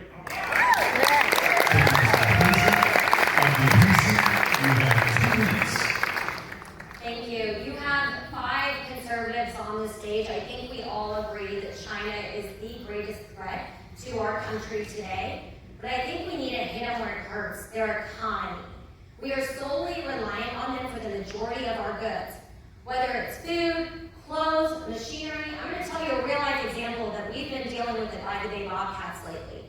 We need to buy a new skid steer, but they're on 11-month delay. Of course, supply chain, but what specifically about the supply chain are we missing? We're missing that microchip.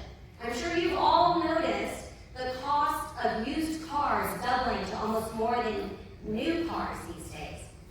And it's not even a matter of getting it here fast enough. I quite frankly think they're doing this intentionally. They do not want us to build in America again. We have to build here again. When I am in Congress, I'm going to roll back regulations, both environmental and labor regulations, to help incentivize the American entrepreneur and American companies to build here, to grow here, to hire here, to sell here, so that we can become fully independent. Otherwise, we can't sit here and act like we're going to be tough on China, because we're not. Because we're still buying everything we need from them. They're ripping off our IT. They have an actual spy dating a California member of Congress. Do you guys see that? Eric Swalwell dating a Chinese spy? Yeah. Wouldn't even admit it? I agree, they are playing chess. And they're making a mockery of us. I also think we need to stand with Israel. As a Christian, as an American, they are our only ally in the Middle East. We are this close, guys, to getting back in the Iran deal. This is what Biden wants. We need to get strong Christian conservatives in Congress to ensure that we protect Israel and our country as well. You have 2 minutes. China's obviously been talked about ad nauseum, but the Iran nuclear deal 2.0, I would say, is one of our biggest threats on the world stage. President Trump was absolutely correct to pull us out of the deeply flawed first Iran nuclear deal that Obama signed.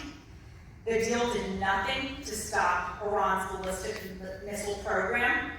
It did nothing to stop support for terrorism in the Middle East and terror groups like Hamas and Hezbollah. Don't forget, they were the ones who killed 241 of our Marines when they bombed their barracks in Beirut.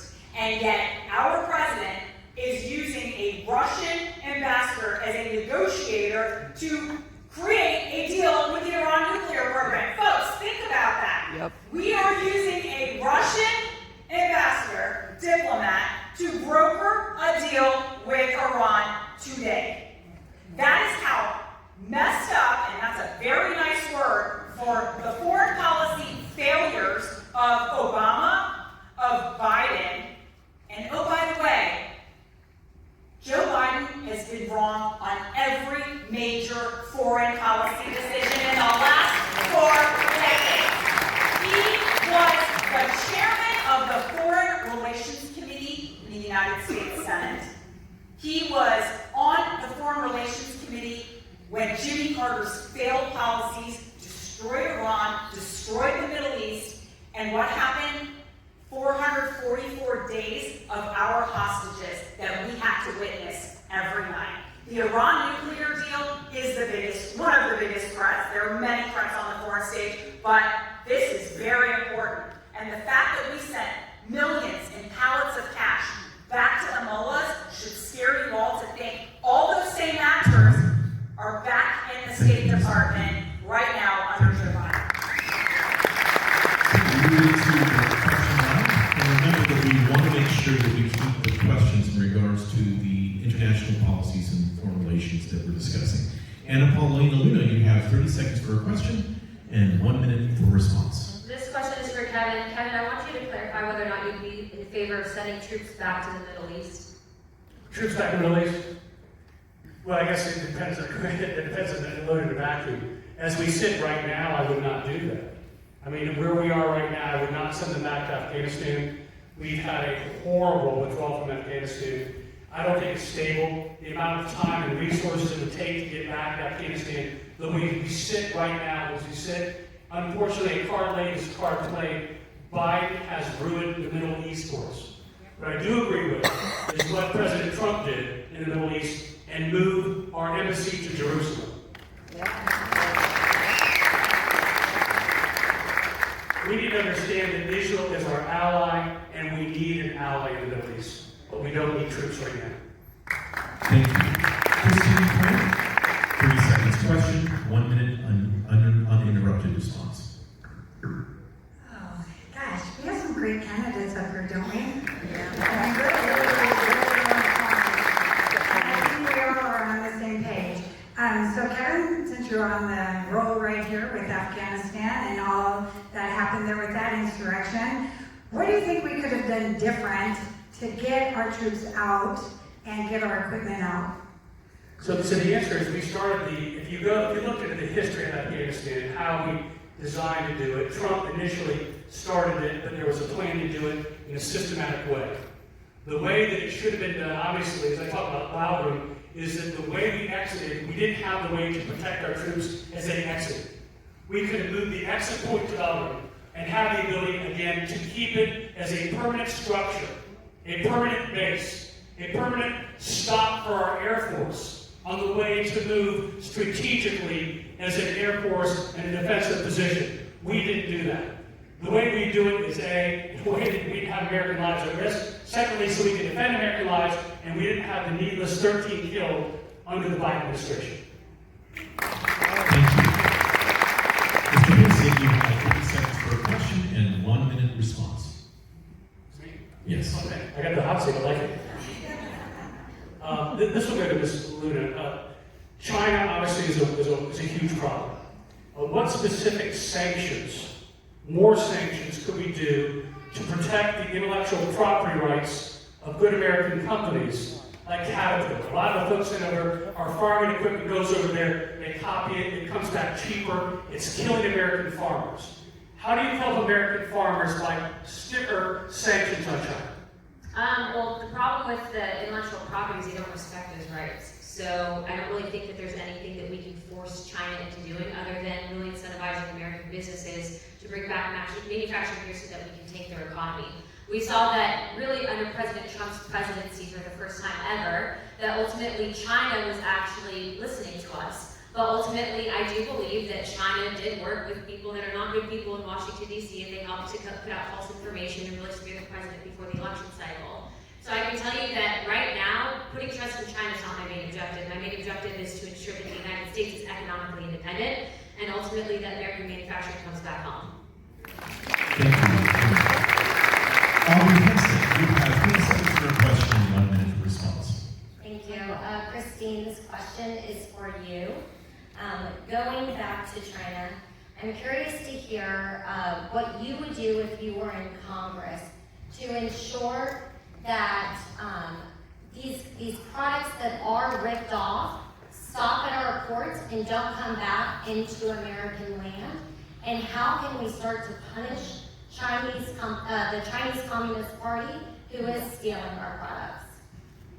That's a really good question because as a manufacturer, we were buying our products from China, but originally our bags were made right here in America. When Obama passed that sweeping legislation and put all kinds of regulations on manufacturing, for the big manufacturers that were right there in Vista, California, took their printing presses and went to China because they could get cheaper labor, and then they got some great deal to ship it back to us. My bags went from 17.5 cents and buying them here in America, where I think that we preserve the economy and we do better at getting rid of toxic waste because we just do. In China, they don't. They took them all over there. They didn't have the regulations. Those guys aren't coming back because they get cheap labor. They're under-regulated. But guess where all that's going, you guys? It's going right into the ocean. And the last time I checked, we live on a round Earth. And it's coming right back here to America. Thank you. Ms. Makki, you have 30 seconds for a question and 1 minute for response. My question is for Ms. Luna. What would you do about the woke teachings in our U.S. military? How would you stop it specifically? I can tell you that I actually sat down with my husband as he was forced to go through one of those CBTs where they asked him the amount or the number of friends, his top 5 closest friends, the sex, the gender, and their orientation. The problem with what's currently happening is our leadership is basically picked out, top down by the Biden administration. So basically what has to happen is you have to get members of Congress that are in there that can advocate for our service members, because service members, if they're still in, they can't get political. And I can tell you because I was in the service, I know what it's like. I'm sure Kevin's kids know what it's like, but it's very, very complicated. And if you do speak out, you run the risk of having your entire military career threatened, which is something that also happened to my husband. So really, there is no good solution other than we have to take back the House, we have to take back the Senate, we have to advocate for our military, and when we impeach Joe Biden, we can get competent leadership back that will put our American military first.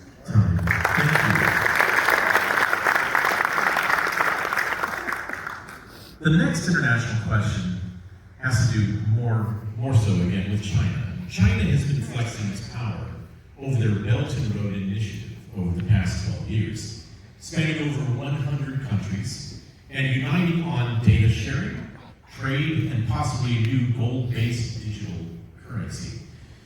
This reverse Thucydides trap will undoubtedly weaken America's interests across the world. And what would you do, what would you propose to do about this situation with China? And we will start with Christine Quinn for 2 minutes. Well, we have a big problem, and I think the only way we're going to combat it is if we stop giving contracts to China.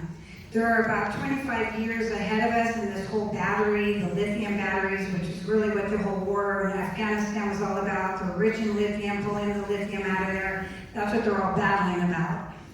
So now other small countries are trying to extract lithium, and lithium is very dangerous and unstable. And then China has that. And they're making the battery going into those cars that we want to get energy efficient with electric cars. We're going to have a big problem on our hand. Number one, America is not prepared. We do not have the infrastructure to put in all these electric grids to help with, offsetting our home being heated or putting electricity into your car. Can you imagine adding 200,000 cars to the grid? Have you ever heard of rolling blackouts? So this is a big problem, but the United States government, under Biden, would like to sign a $600 billion contract with China to put those stations along our U.S. highways. So if we want to combat it, we stop there. We don't give China a contract in America. China can go back to China and do it there. I want to keep my car. I like having a gas-powered car. I like having my truck, and I need my truck, and we need diesel. We need diesel in those trucks to bring the goods that you want to buy in the grocery store. So we need to stop this nonsense. We need to stop this production of cars. If you want to get an electric car, get an electric car, but don't force it on everybody else.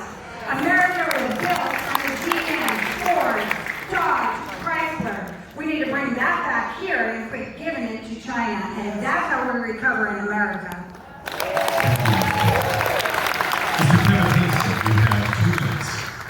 There's really 2 issues here, Michael. The first is, how do we catch up to China? I mean, really, we have been sleeping at the wheel while China's initiatives, their technology has grown. The other issue is, I think that at some point, anybody who has someone in their family under 30 understands blockchain technology. We are moving in that direction. We need to wake up and get involved. You look at St. Pete over the last 5 years, blockchain technology companies are coming to this district. We need to be a technology hub. We can build it here.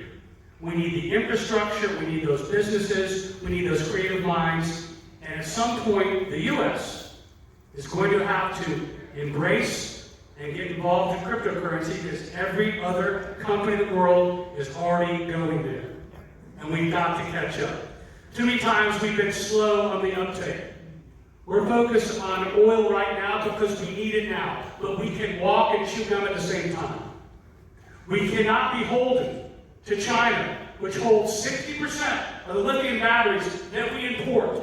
The Biden America with electric cars doesn't work if we don't have batteries. We need to have American manufacturing. We need to have independence. We cannot rely on any other countries anymore. And it needs to start now. Thank you. Ms. Henson, you have 2 minutes. Thank you, Michael. I'm so glad you brought this up because as China is doing everything in their power to become energy independent, we have progressive liberals in the squad doing everything in their power to ensure we are not energy independent.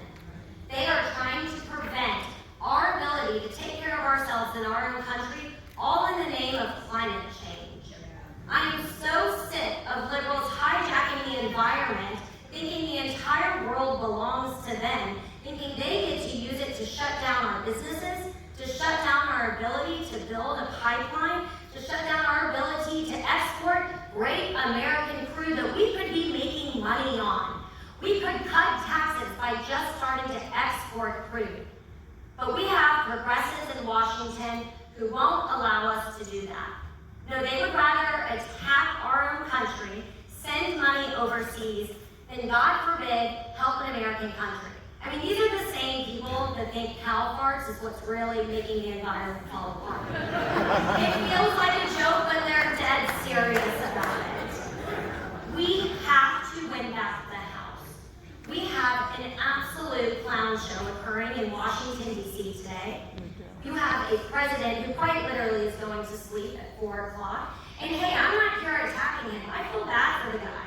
He deserves retirement. Send him home. I heard Nancy Pelosi's retiring. Let her go. She can go early for all I also agree with Kevin, though. We can't just be against this. We have to have something we're for. I do agree. We need to get smart on crypto. We need to do it fast. I know our great Governor Ron DeSantis is tackling this right now, figuring out how to use crypto to pay state employees. One of the great things about the blockchain is you can trace every single thing back. You ain't going to be buying drugs and prostitutes with crypto because we'll be able to see that. There are definitely benefits.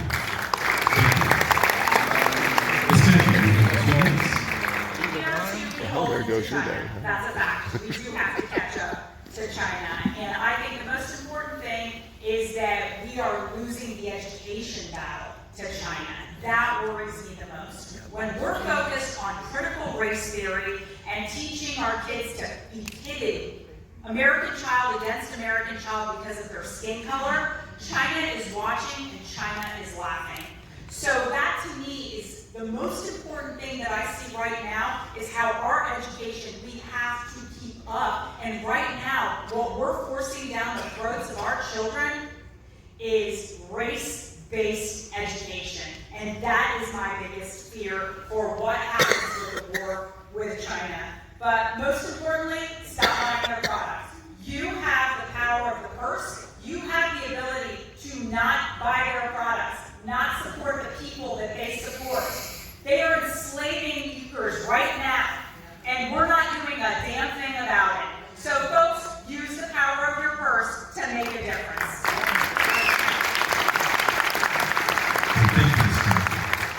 We'll now go to our question round. And again, we are talking about China and the Belt and Road Initiative. We have 2 minutes still. Oh, sorry. Paulina Luna. You have 2 minutes. I apologize. You're fine. So going back to, I think, what the initial question was, is you mentioned that there was a centralized digital currency that China's trying to push. China itself is really, they've played the long game on the United States while we've been fighting wars overseas, endless wars of that. They've been building up empires in South America, they've been building in Africa, they've been building all over the world. I actually do support crypto that's controlled by people, but not the federal government, and I think that that's an important distinction to make. I don't trust the federal government to make better decisions than any of you can. And I can tell you that with the corruption that currently exists in Washington, D.C., I think it's very dangerous to trust them to manage that, and also to trust them, or China for that matter. So I think, again, the best way through all of this, to get out of it, is really American energy independence. And I can also tell you this, what I've seen over the last couple of years, just in my work with Turning Point, my work with Prairie University, and then kind of entering into the political arena, what we're finding is that China is working with big tech. You have American companies like Facebook that have actual parts and divisions that are actually aiding China. American-based companies located in California are aiding China and pushing this mass globalization, and that is dangerous. Globalists don't care about your right to own firearms. They don't think that parents are more powerful than government. And I can tell you that I'm actually one of the only candidates that's been to the Pinellas County School Board more than once. And one of the scariest things that they were trying to pass, and they did, underneath our noses, was the fact that they're bringing in now foreign teachers that will teach a curriculum that compares us to China, compares us to Singapore, and guess what? It's all based in communism. They talk about a ministry of education, and that is happening in our own country, so they are a threat. How do we beat it? American energy independence.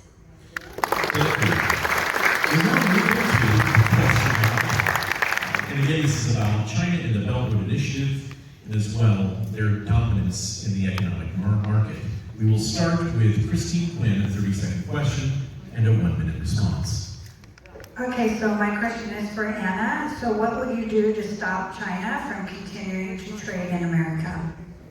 Well, the problem is that the world, back basically in the 70s, when we sent all of our industry overseas, you have many people that are basically controlled by corporate lobbying that really don't care about bringing back American energy independence or bringing back our manufacturing.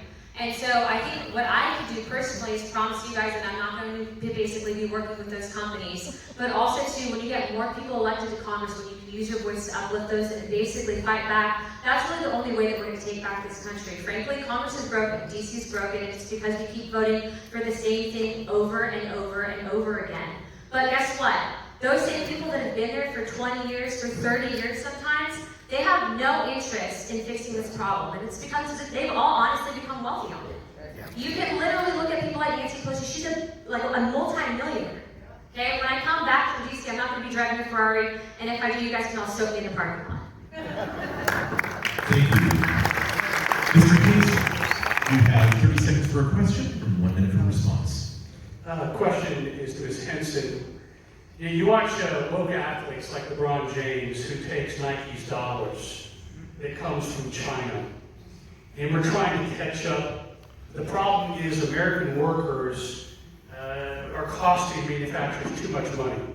How do we compete with Chinese goods that put Chinese workers and teenagers and kids as enslaved servants? How do we solve the problem and get America back independent from them from a manufacturing standpoint? Thank you, Kevin.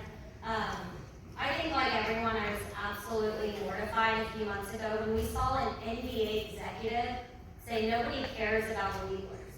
Yep. And whether you knew what Uyghurs were or not at the moment, when you Googled it and realized that we have concentration camps in our world today, and we have Americans who are supposed to be freedom fighters, freedom lovers, saying no one cares what's happening to them, it gives me goosebumps. It makes me realize we are losing our moral fabric in this country. As Christians, as conservatives, we are always going to fight for the vulnerable. I appreciate Amanda bringing that up too. People do care, and we're going to fight for it.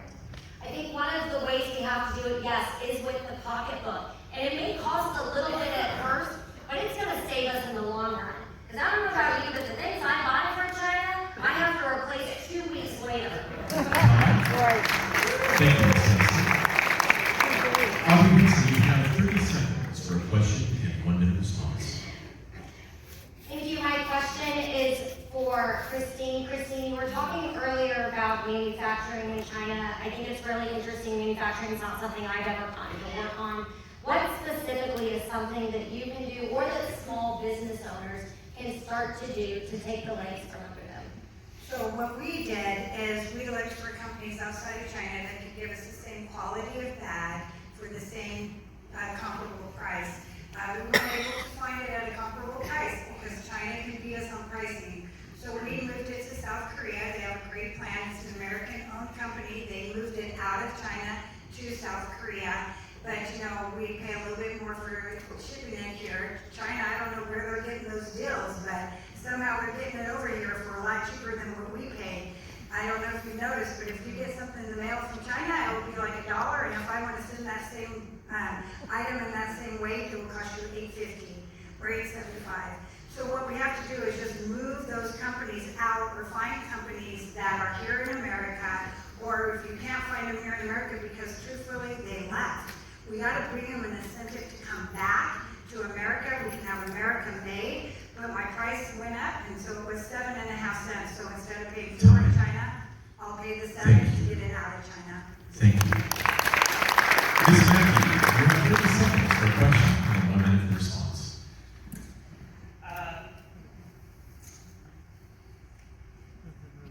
On China, I would just, we belabored the point, but I think the most important thing is what can one congressman do to make a difference? And Who's the question directed towards him, sir? the question is directed towards Audrey Henson. What is one thing that you can do as a member of Congress to make a difference? And I hear over and over that, well, I won't talk to this person, or I won't talk to that person. You're one of 435 members. You have to talk with other people. So what will you do when you say they're enslaving people? What are you going to do to make a difference so that doesn't happen, using your power as a member of Congress? Thank you. I'm going to bring back coal, baby. Fire up those steel mills and let's start building in America again. That's what a member of Congress can do. They can make sure that we roll back regulations, that we roll back all of these preventions that are stopping companies from building here, and then we also have to incentivize these companies to build here again. You're right, it's often cost prohibitive. But one of the great things that Trump brought to us is he brought a sense of patriotism back. And I remember whenever the farmers were hurting because China came over here and stole our technology for our soybean. And then they undercut us in the market, trying to sell it back to us. But you know what those farmers did and said? They said, I'm okay if I lose a little this year. I'm okay if I lose a little next year, because I'm going to be giving my farm to my children, and I want it to still exist when I die. That's not going to happen unless we take action today, and I'm going to make sure that we start building back in America again on day one. Time. Thank you so much. And Paulina, you have 30 seconds for a question and 1 minute for response. I guess my question would be for Kevin, since you are in the crypto space, in regards to you supporting, I guess, an American-backed digital currency. Would you be in favor or against it? I think the answer is I think we need to blockchain technology. My fear with the U.S. dollar crypto is it gives the government too much power, because I think it does. I think we need to embrace the blockchain technology. There's ways to do that.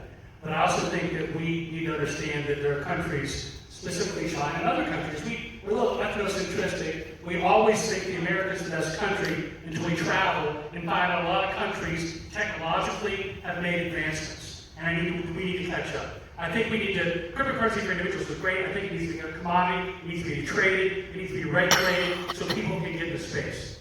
The other thing, to dovetail about that, a lot of us have been talking, and it's not just you, everybody's been talking about how bad the federal government is. And I want to say briefly, at some point, one of us on stage is going to be part of that government.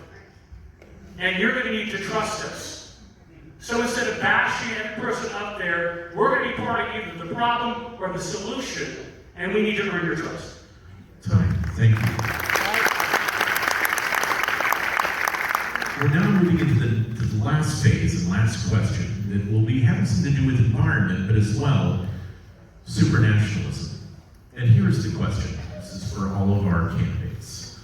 The combined powers of the United Nations, the World Economic Forum, and the central banks are attempting to push the United States into the nation-destroying and energy-ending totalitarian policies of the 17 Sustainability Goals of the United Nations. Should we, as a nation, reject this enviro-totalitarianism, or should we capitulate to radical environmentalism? Kevin Hayslett, you have 2 minutes. This is like an alley-oop, Michael. Yeah. First of all, the problem is that, and I don't mean this the way it's going to sound, we need to be the bully. We can't be bullied. We can't. We need to get back where we were 40 years ago, when people left this country and went to Europe to fight because they had a sense of belief in this country. Americans have grown soft. We've been complacent. We've been docile. Yep. We've let other countries run all over us. So, Michael, when you ask the question, is of course we don't capitulate. Of course we don't cave. We lead. We don't follow. We don't follow the Obama protocol and bow to foreign dictators.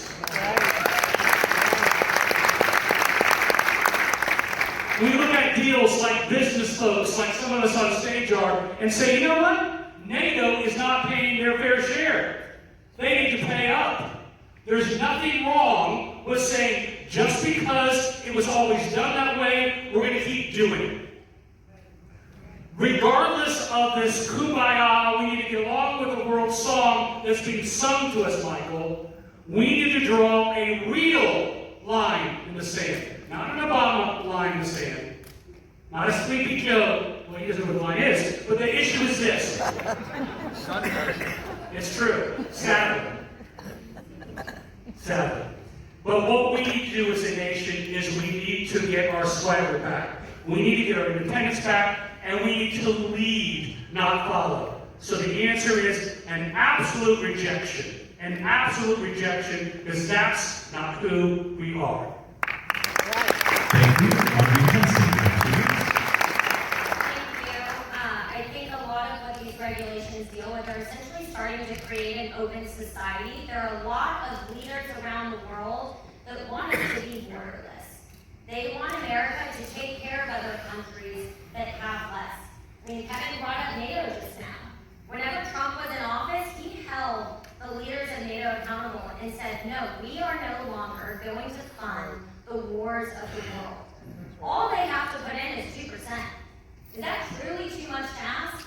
But they know they don't have to, because every 4 years, we get a president like Joe Biden, who's not going to force them to take any action.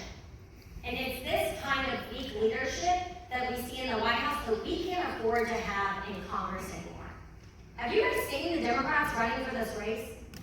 Does a single one of them look like they are going to be able to stand up to China, to Russia? I mean, with all due respect, they are clobbering, they are begging for these countries to love us. I don't understand. America first is simple. You put this country first, you die for this country if you need to, and we have so many great military members who do that for us, and we're so very grateful for them. I don't know a single good thing the UN has done. I'm hesitant to trash it completely because I love Nikki Haley. I think President Trump made a great appointment sending her there. But after reading her book, she'll tell you firsthand too. It is just a group of folks who get together to bash America. They go out of their way to scheme against us, and they truly do want to take all of our resources, our money, our people, indoctrinate our kids with their teaching, and then come attack us and take over our land. Yep. And we can't stand for that any longer. Thank you. Ms. Amanda, 2 minutes. Of course we don't capitulate. The UN is anti-Israel and it's anti-American.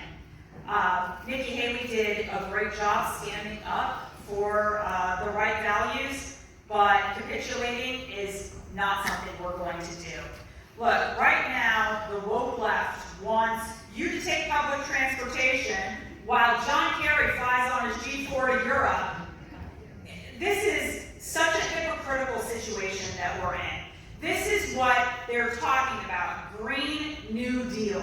And the likes of the Green New Deal. This is just a way to keep Americans beholden to the federal government. What we know is that the U.S. is the world's leader in reducing CO2 emissions. That's a fact, according to the International Energy Agency. So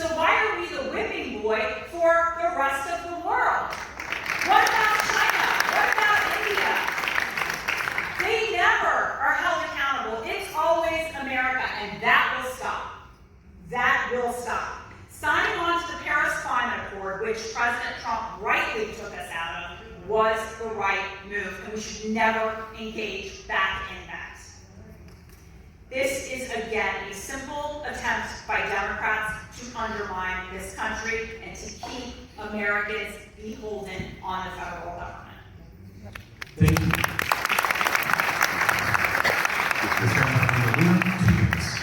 I'm absolutely opposed to pretty much everything the United Nations does, but I can tell you one of the most concerning things about these 17 sustainability goals is it goes along with Agenda 2030, which I'm sure most of you, at least those who are plugged in, know what that is. Ultimately, they're using climate in order to control every single independent nation in the world. And one thing that sets the United States apart from every other country is the fact that we have something that they don't, and that's the Second Amendment. And so I do believe that because of that, we have been put in a position to where we have not been bullied by many of these nations, by many of these other superpowers. But we need a solution too, because what's happened is the UN and a lot of these people who are pushing this legislation that would essentially cripple the United States and our production and our economy in the name of saving the environment. It doesn't actually help the environment for one, but also too, what ends up happening is there's so many young people that are so brainwashed from what they're getting on TikTok and Instagram and Facebook, and the correct information is being suppressed. So I actually have a solution for that. Here in the state of Florida, one of the amazing things is that we have a massive coral reef bed. And actually for many years, even before Congress and for many years after I'm very much so retired, I'll be so connected with this organization because coral reef produces a massive amount of oxygen for our environment, but it also too helps our local economies. It also too ensures that people that are coming here for tourism purposes, that our ocean and our water is clean. And so we have to offer an alternative to the new Green Deal because honestly, people just hear the title, but they don't look under the hood to see how bad it is for this country. So we have to have solutions. I consider myself a green conservative. That's someone that obviously clearly loves the environment, but I have a common sense approach to it. And I don't think that we're all going to die in 20 years, that if we stop eating beef, we're going to die, and that cow farts are dangerous, okay? I just don't believe that. But what I can tell you is that if we don't have an alternative and we're not loud about it, what's going to end up happening is the younger generation will go along with it and we will lose this country. Thank you. Sticking with this particular question in regards to the World Economic Forum, the United Nations, and radical environmentalism. So we'll start first with Kevin Hayslett. I'm sorry, Christine, I skipped you, I apologize. I did it again, I apologize. It's getting Well, I don't think I got you before, so I apologize. Well, I just want to thank everybody for staying so late. I know a lot of people are starting to leave because it's getting long, and I really appreciate that everyone's here. You guys, the United Nations has not been a big deal for America at all, in any way, shape, or form. They're pushing one world nation, one world environmental problems. They're blaming America for everything, right? And we do the best job at curtailing any kind of waste that's going out of our manufacturing plants. We do a really good job of that. We got to get away from the United Nations. My father is an aerospace engineer for NASA. He built the space station in space. He actually built the medical laboratory. When he would get up and he would talk, he would always say, honey, man is very arrogant if they think they're going to change the environment. This is a lie that has been perpetuated for many, many years. This just didn't happen overnight. This has been going on through the early 20s. The new Green Deal is just a redeal of another deal that they were trying to push back in the 1920s and 30s. They've reduced it down to 14 pages of nonsense. Has anybody read it? I've read the entire thing, and my 8th grader could write a better project. We're going to have to get rid of the United Nations telling us what to do, how to do it, and where to do it. We need to bring all of that back to American control. Trump was doing a great job of standing up for America and America first. Thank you. And I just want to remind everybody that we're just right now hitting the 2-hour mark for the time that we've actually been debating. So we're not quite as long as a Marvel movie yet, and this has to do with your future. And as well, what we're going to be doing, one of these folks on the stage right now, hopefully, will be those that will be representing you in Congress and trying to defend your liberties and your rights. The Lincoln-Douglas debate was just over 7 hours. Okay? And that was the first session of it, not the second. Okay, so we only have just a little bit left to go, so please stick with us. Kevin Hayslett, on this particular subject again, You have a 30-second question and a 1-minute response. Sure. Go to Ms. Makki. Ms. Makki, we've seen the way that we've been treating the United Nations, the way the United Nations has treated this country. As a congresswoman, what would our involvement be in the UN, and how do we use our power and stature to elevate the U.S. and not capitulate, as we talked about before? Yeah, I think the best thing is to make sure that you pick the right person for the UN. And obviously that's something that is done by the White House, by the President. And I think really having strong representation, which we haven't had in so long, until we had Nikki Haley there, who stood up and wasn't afraid. We didn't have good representation. So I think that role is vitally important, and to make sure that that person is properly vetted in Congress is very important. Thank you. Audrey Henson. You have a 30-second question and a 1-minute response.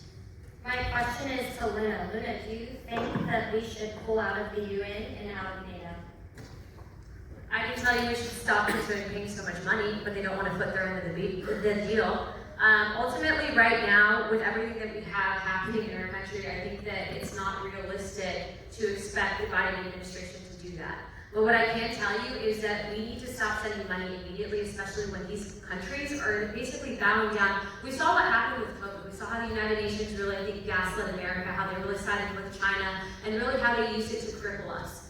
And so I can tell you that until we really take back the House and the Senate, it's not going to happen, but I would absolutely be in favor of just basically putting our country first and fully withdrawing. Thank you. Amanda Matthews, you have 30 seconds for a question and 1-minute response. Kevin, who would you pick to represent us in NATO? Well, that's a great question. There's so many folks that come to mind. I like Mike Pompeo, just because I met him. I like him. He's a West Point grad. I met him at a tailgate, and he's funny as heck. He's also smart as a whip. I think Mike Pompeo, of course, I can run for president, but you need someone who really has a strong conviction. I think it has a military background, and I think it has conviction that can get what needs to be done for the U.S. And quite frankly, I don't think we've had that representation before. And Paulina, you have a 30-second question and 1-minute response. I guess the question would be for Kevin. Do you have a good alternative and solution for combating the new Green Deal, especially in regards to the fact that most people that are uninformed on it are embracing it? Certainly, an alternative Green Deal. Do you have an alternate solution to the new Green Deal, being that a majority of younger Americans are embracing it when they're not informed? Sure. Well, I think as written, it's horrible. It has so much pork in it, and I think it kind of doesn't get what we want done. I think going back to where we want to go as a country, we need to move forward, which is, as I said before, we need to be able to walk and chew gum at the same time. Currently, we cannot be reliant on any foreign country for oil. Right now, oil is the day. In 20, 30, 50 years, for my children, my grandchildren, oil may not be it. But we need to have that technology. And again, can't be reliant on China if we're going to go need electric vehicles. We can't do it right now. There's not enough stations to plug into right now. But you know what? As Republicans, one of the things we need to push back on is we're pro-environment. We're not anti-environment. We don't want oil washed up on our shores. We don't want our fish dying. That's not who we are. And we need to stand up for that. And the problem, I think, that's a good point with Republicans, is a lot of times we criticize and we don't have time. But what we need to do is Christine Quinn, you have 30 seconds for a question and then a 1-minute response.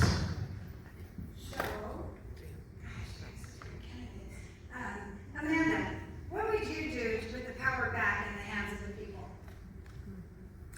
Power back in the hands of the people. I think the most important thing, and I've said this already, is term limits. And the reason for that is members of Congress go to Washington, they get fat and happy off of the taxpayer, they build up their war chests, and they never really give anyone else a chance. And I think that that is the most important thing, is to be able to have term limits so that you can pass the baton, so that people are fresh and want to be engaged and want to make a difference. They're not just there to collect a paycheck.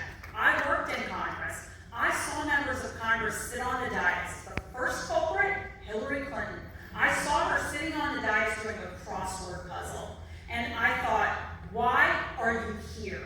Get out of the way and let someone make a difference.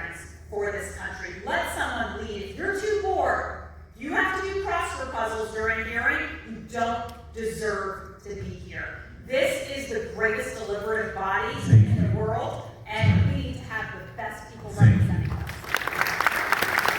Would you please thank all the candidates for making it through all of our question and answer period.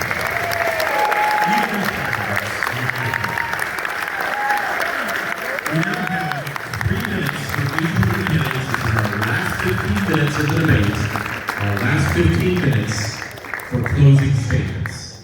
Starting with Audrey Henson. Audrey Henson. Well, thank you so much, everybody, for coming out today. Thank you, Michael, for moderating this, and thank you to my colleagues for somewhat keeping this as civil as possible. I think we tried at the end, so I appreciate that. Most importantly, I want to thank everyone who's here in the audience today. You are taking time out of your busy lives to invest not only in our race, but in our community and in our Congress and our country as a whole. You are the reason that America is great today. You are the leaders in your community. You are the influencers. Your family, your friends, your colleagues are going to come to you because you were here tonight and ask you who to vote for and ask you your opinion about us here as candidates. So I want to applaud you and thank you. We've all stepped up to serve, but you're serving in another way too. You've probably gotten some information overload tonight. If you leave knowing one thing about me, this is what I want you to know. My name is Audrey Henson, and I'm running to represent the working class right here in Pinellas. This is my home. This is the place I love. I'm willing to put aside my businesses to take personal attacks and to get into this arena because I can't stand by and see another flip-flopper or carpetbagger lose this seat for us. This is one of the 5 most important seats in all of Congress to ensure we win back the House, we fire Nancy Pelosi, and we get to work on these great policies that we brought up today. But that's not going to happen if we elect the wrong candidate out of this primary. I don't know about you, but I think Washington has enough lobbyists, enough lawyers, and enough liars already there. It's time for local leadership. And that's why I stepped up. And I'm not going to win this without you. I need your help. I'm grateful you're here tonight, but I'm going to ask you to get even more involved. Come knock doors with me. I'll do it right alongside you. Come make phone calls. Come get petitions signed. This is a populist movement. We have an opportunity to get true leadership right here in Pinellas. I signed the term limit. I'm going to do exactly what Ron DeSantis did. Go up, serve you, and come back home. I'm not trying to retire there like some of these career politicians looking for a cushy retirement. So I want you to go to audreyhenson.com, sign up to volunteer, sign up to meet me. I'm going to be hanging out outside. I want to meet you one-on-one. There's a lot of really important topics that we didn't talk about tonight, and I want to know what you think about that. So thank you for your time, and I hope I have the opportunity to earn your vote tonight. Audrey Henson,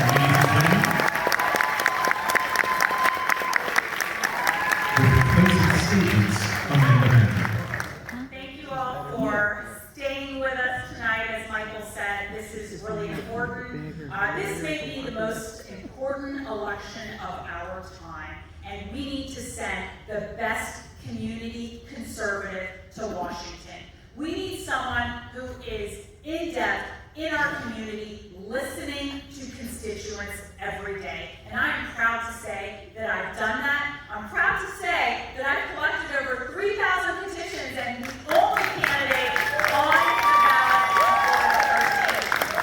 it's a lot of work, but it's the only way that you can talk to people and feel the pain that they're feeling right now. And us Republicans, we're feeling a lot of pain. We have been disappointed, we've been let down, and we've been cheated. We need someone who feels that and will fight for us in Washington, not a career politician, someone who's going there to fight alongside Ron DeSantis and the culture wars he's taken on for our children. The indoctrination that is happening to our children should scare people more than anything else. And folks, we have to have someone in Congress with a backbone who will stop that, who will use the power of the purse, just like Beverly Young's late husband, Congressman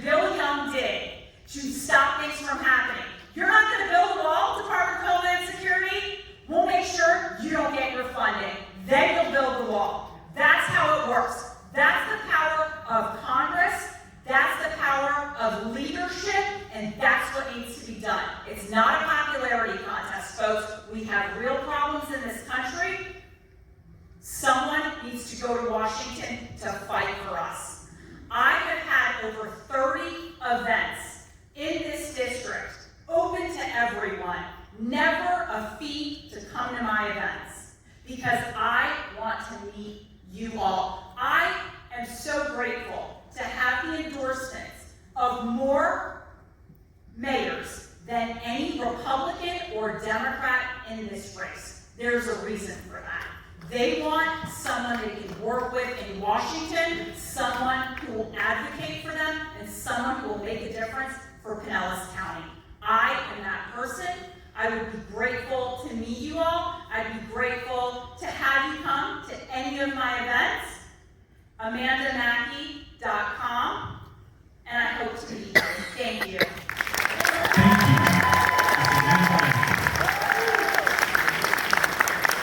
And Paulina, with your final comments of the evening. My name is Paulina. I am the only Trump-endorsed candidate for Florida's 13th Congressional District, not once, but twice, personally vetted by the President himself. I've been endorsed by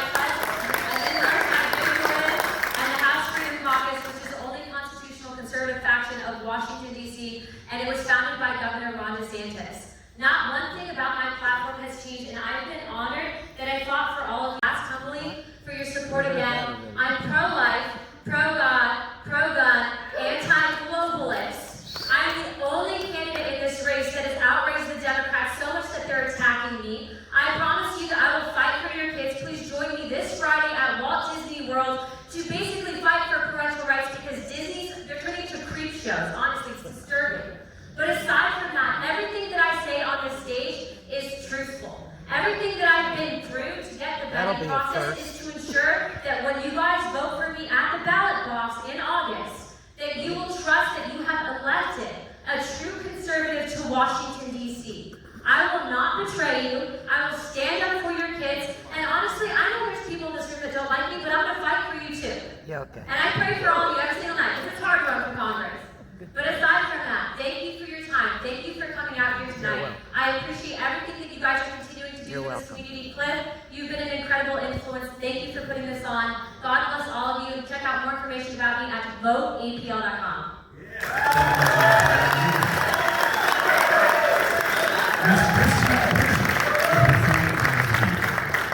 Thank you, ladies and gentlemen, for coming out tonight. I feel like I am the best candidate for this position at this time in history.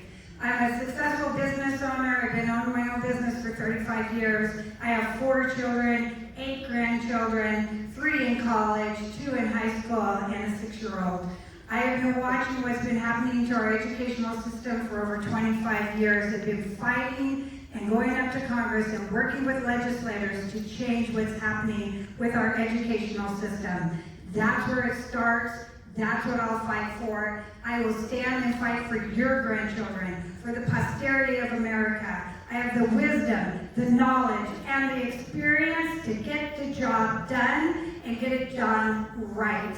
I'm not interested in a career in politics. I don't even want a job. I already have a job. I own a manufacturing company. I work 40, 50 hours a week, and then I go out and I've been campaigning, hitting the road, trying to get all of our petitions that we have to get. So kudos to everybody. You guys, that's a lot of hard work.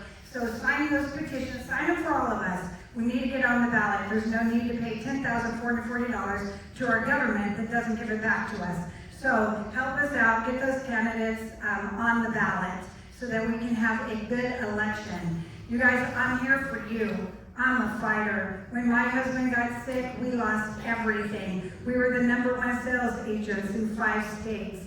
We went from the top to the bottom. Our share of the medical bills were $4.5 million.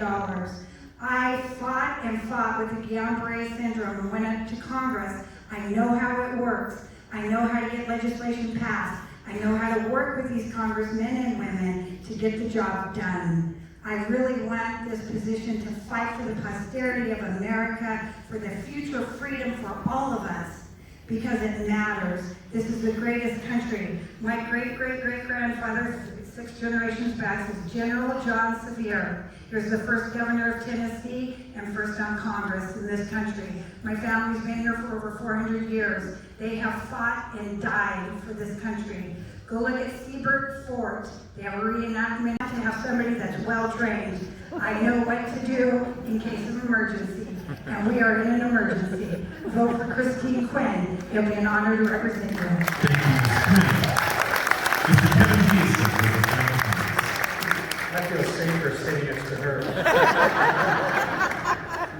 So one of the things I want to say, which, first of all, I want to say to every candidate up here, you know what a sacrifice it is for these folks to get in the race. They're all true patriots.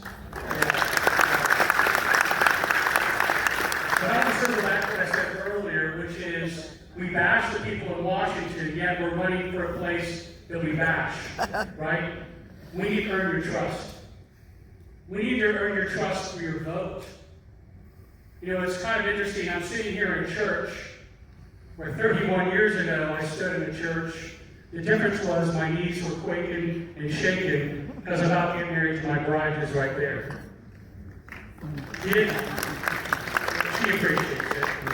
You know, our youngest one is at West Point. I went to West Point. If you've ever been to West Point Naval Academy, and thank you for your service, Mr. Jenkins, you feel like you're in hallowed ground. And I remember standing there, I'm seeing a statue of Patton. And then a couple years later, we have the World War II Museum in New Orleans, and we're reading the D-Day invasion. And Eisenhower's getting ready to invade Europe. Operation Overlord. Remember that? Really, the world was at risk. He called out two men to help him that he trusted. Omar Bradley and George Patton. And I go, why those two? Why those two? Well, guess what? In 1950, they were roommates at West Point 20-some-odd years earlier. My point is this: it's interesting and it's easy to listen to the words from our mouths on stage when we want something. What I tell you, which is kind of strange, for someone who's running, don't listen to me, don't listen to us. Talk to the community. Do what Eisenhower did. Find out who people trust in this community. You can find my 9th grade teacher. You can find my swim coach. You can find the state attorney. You can find lawyers that I practice against and with. Ask a cop what it's like to be cross-examined by me. You ask someone on stage that too. But here's the deal. I fight hard for my clients. And if I'm elected, all of you and your friends and your neighbors and your neighbors' neighbors, both Democrats and Republicans, will be my clients. And if you ask around, this is like, instead of 6 reviews from Kevin Makki, there's 1 review from Kevin Hayslett. If you ask around, you will find there is nobody, not one person, that will fight harder. And that's what we need. Thank you. Thank you, Mr. Hayslett. And would you please thank all the candidates, Paulina, Christine Quinn, Audrey, Henson, and Makki for this evening. They'll be more than happy to meet you back into the recreation area where there's sun. And thank all of you for sitting with us tonight.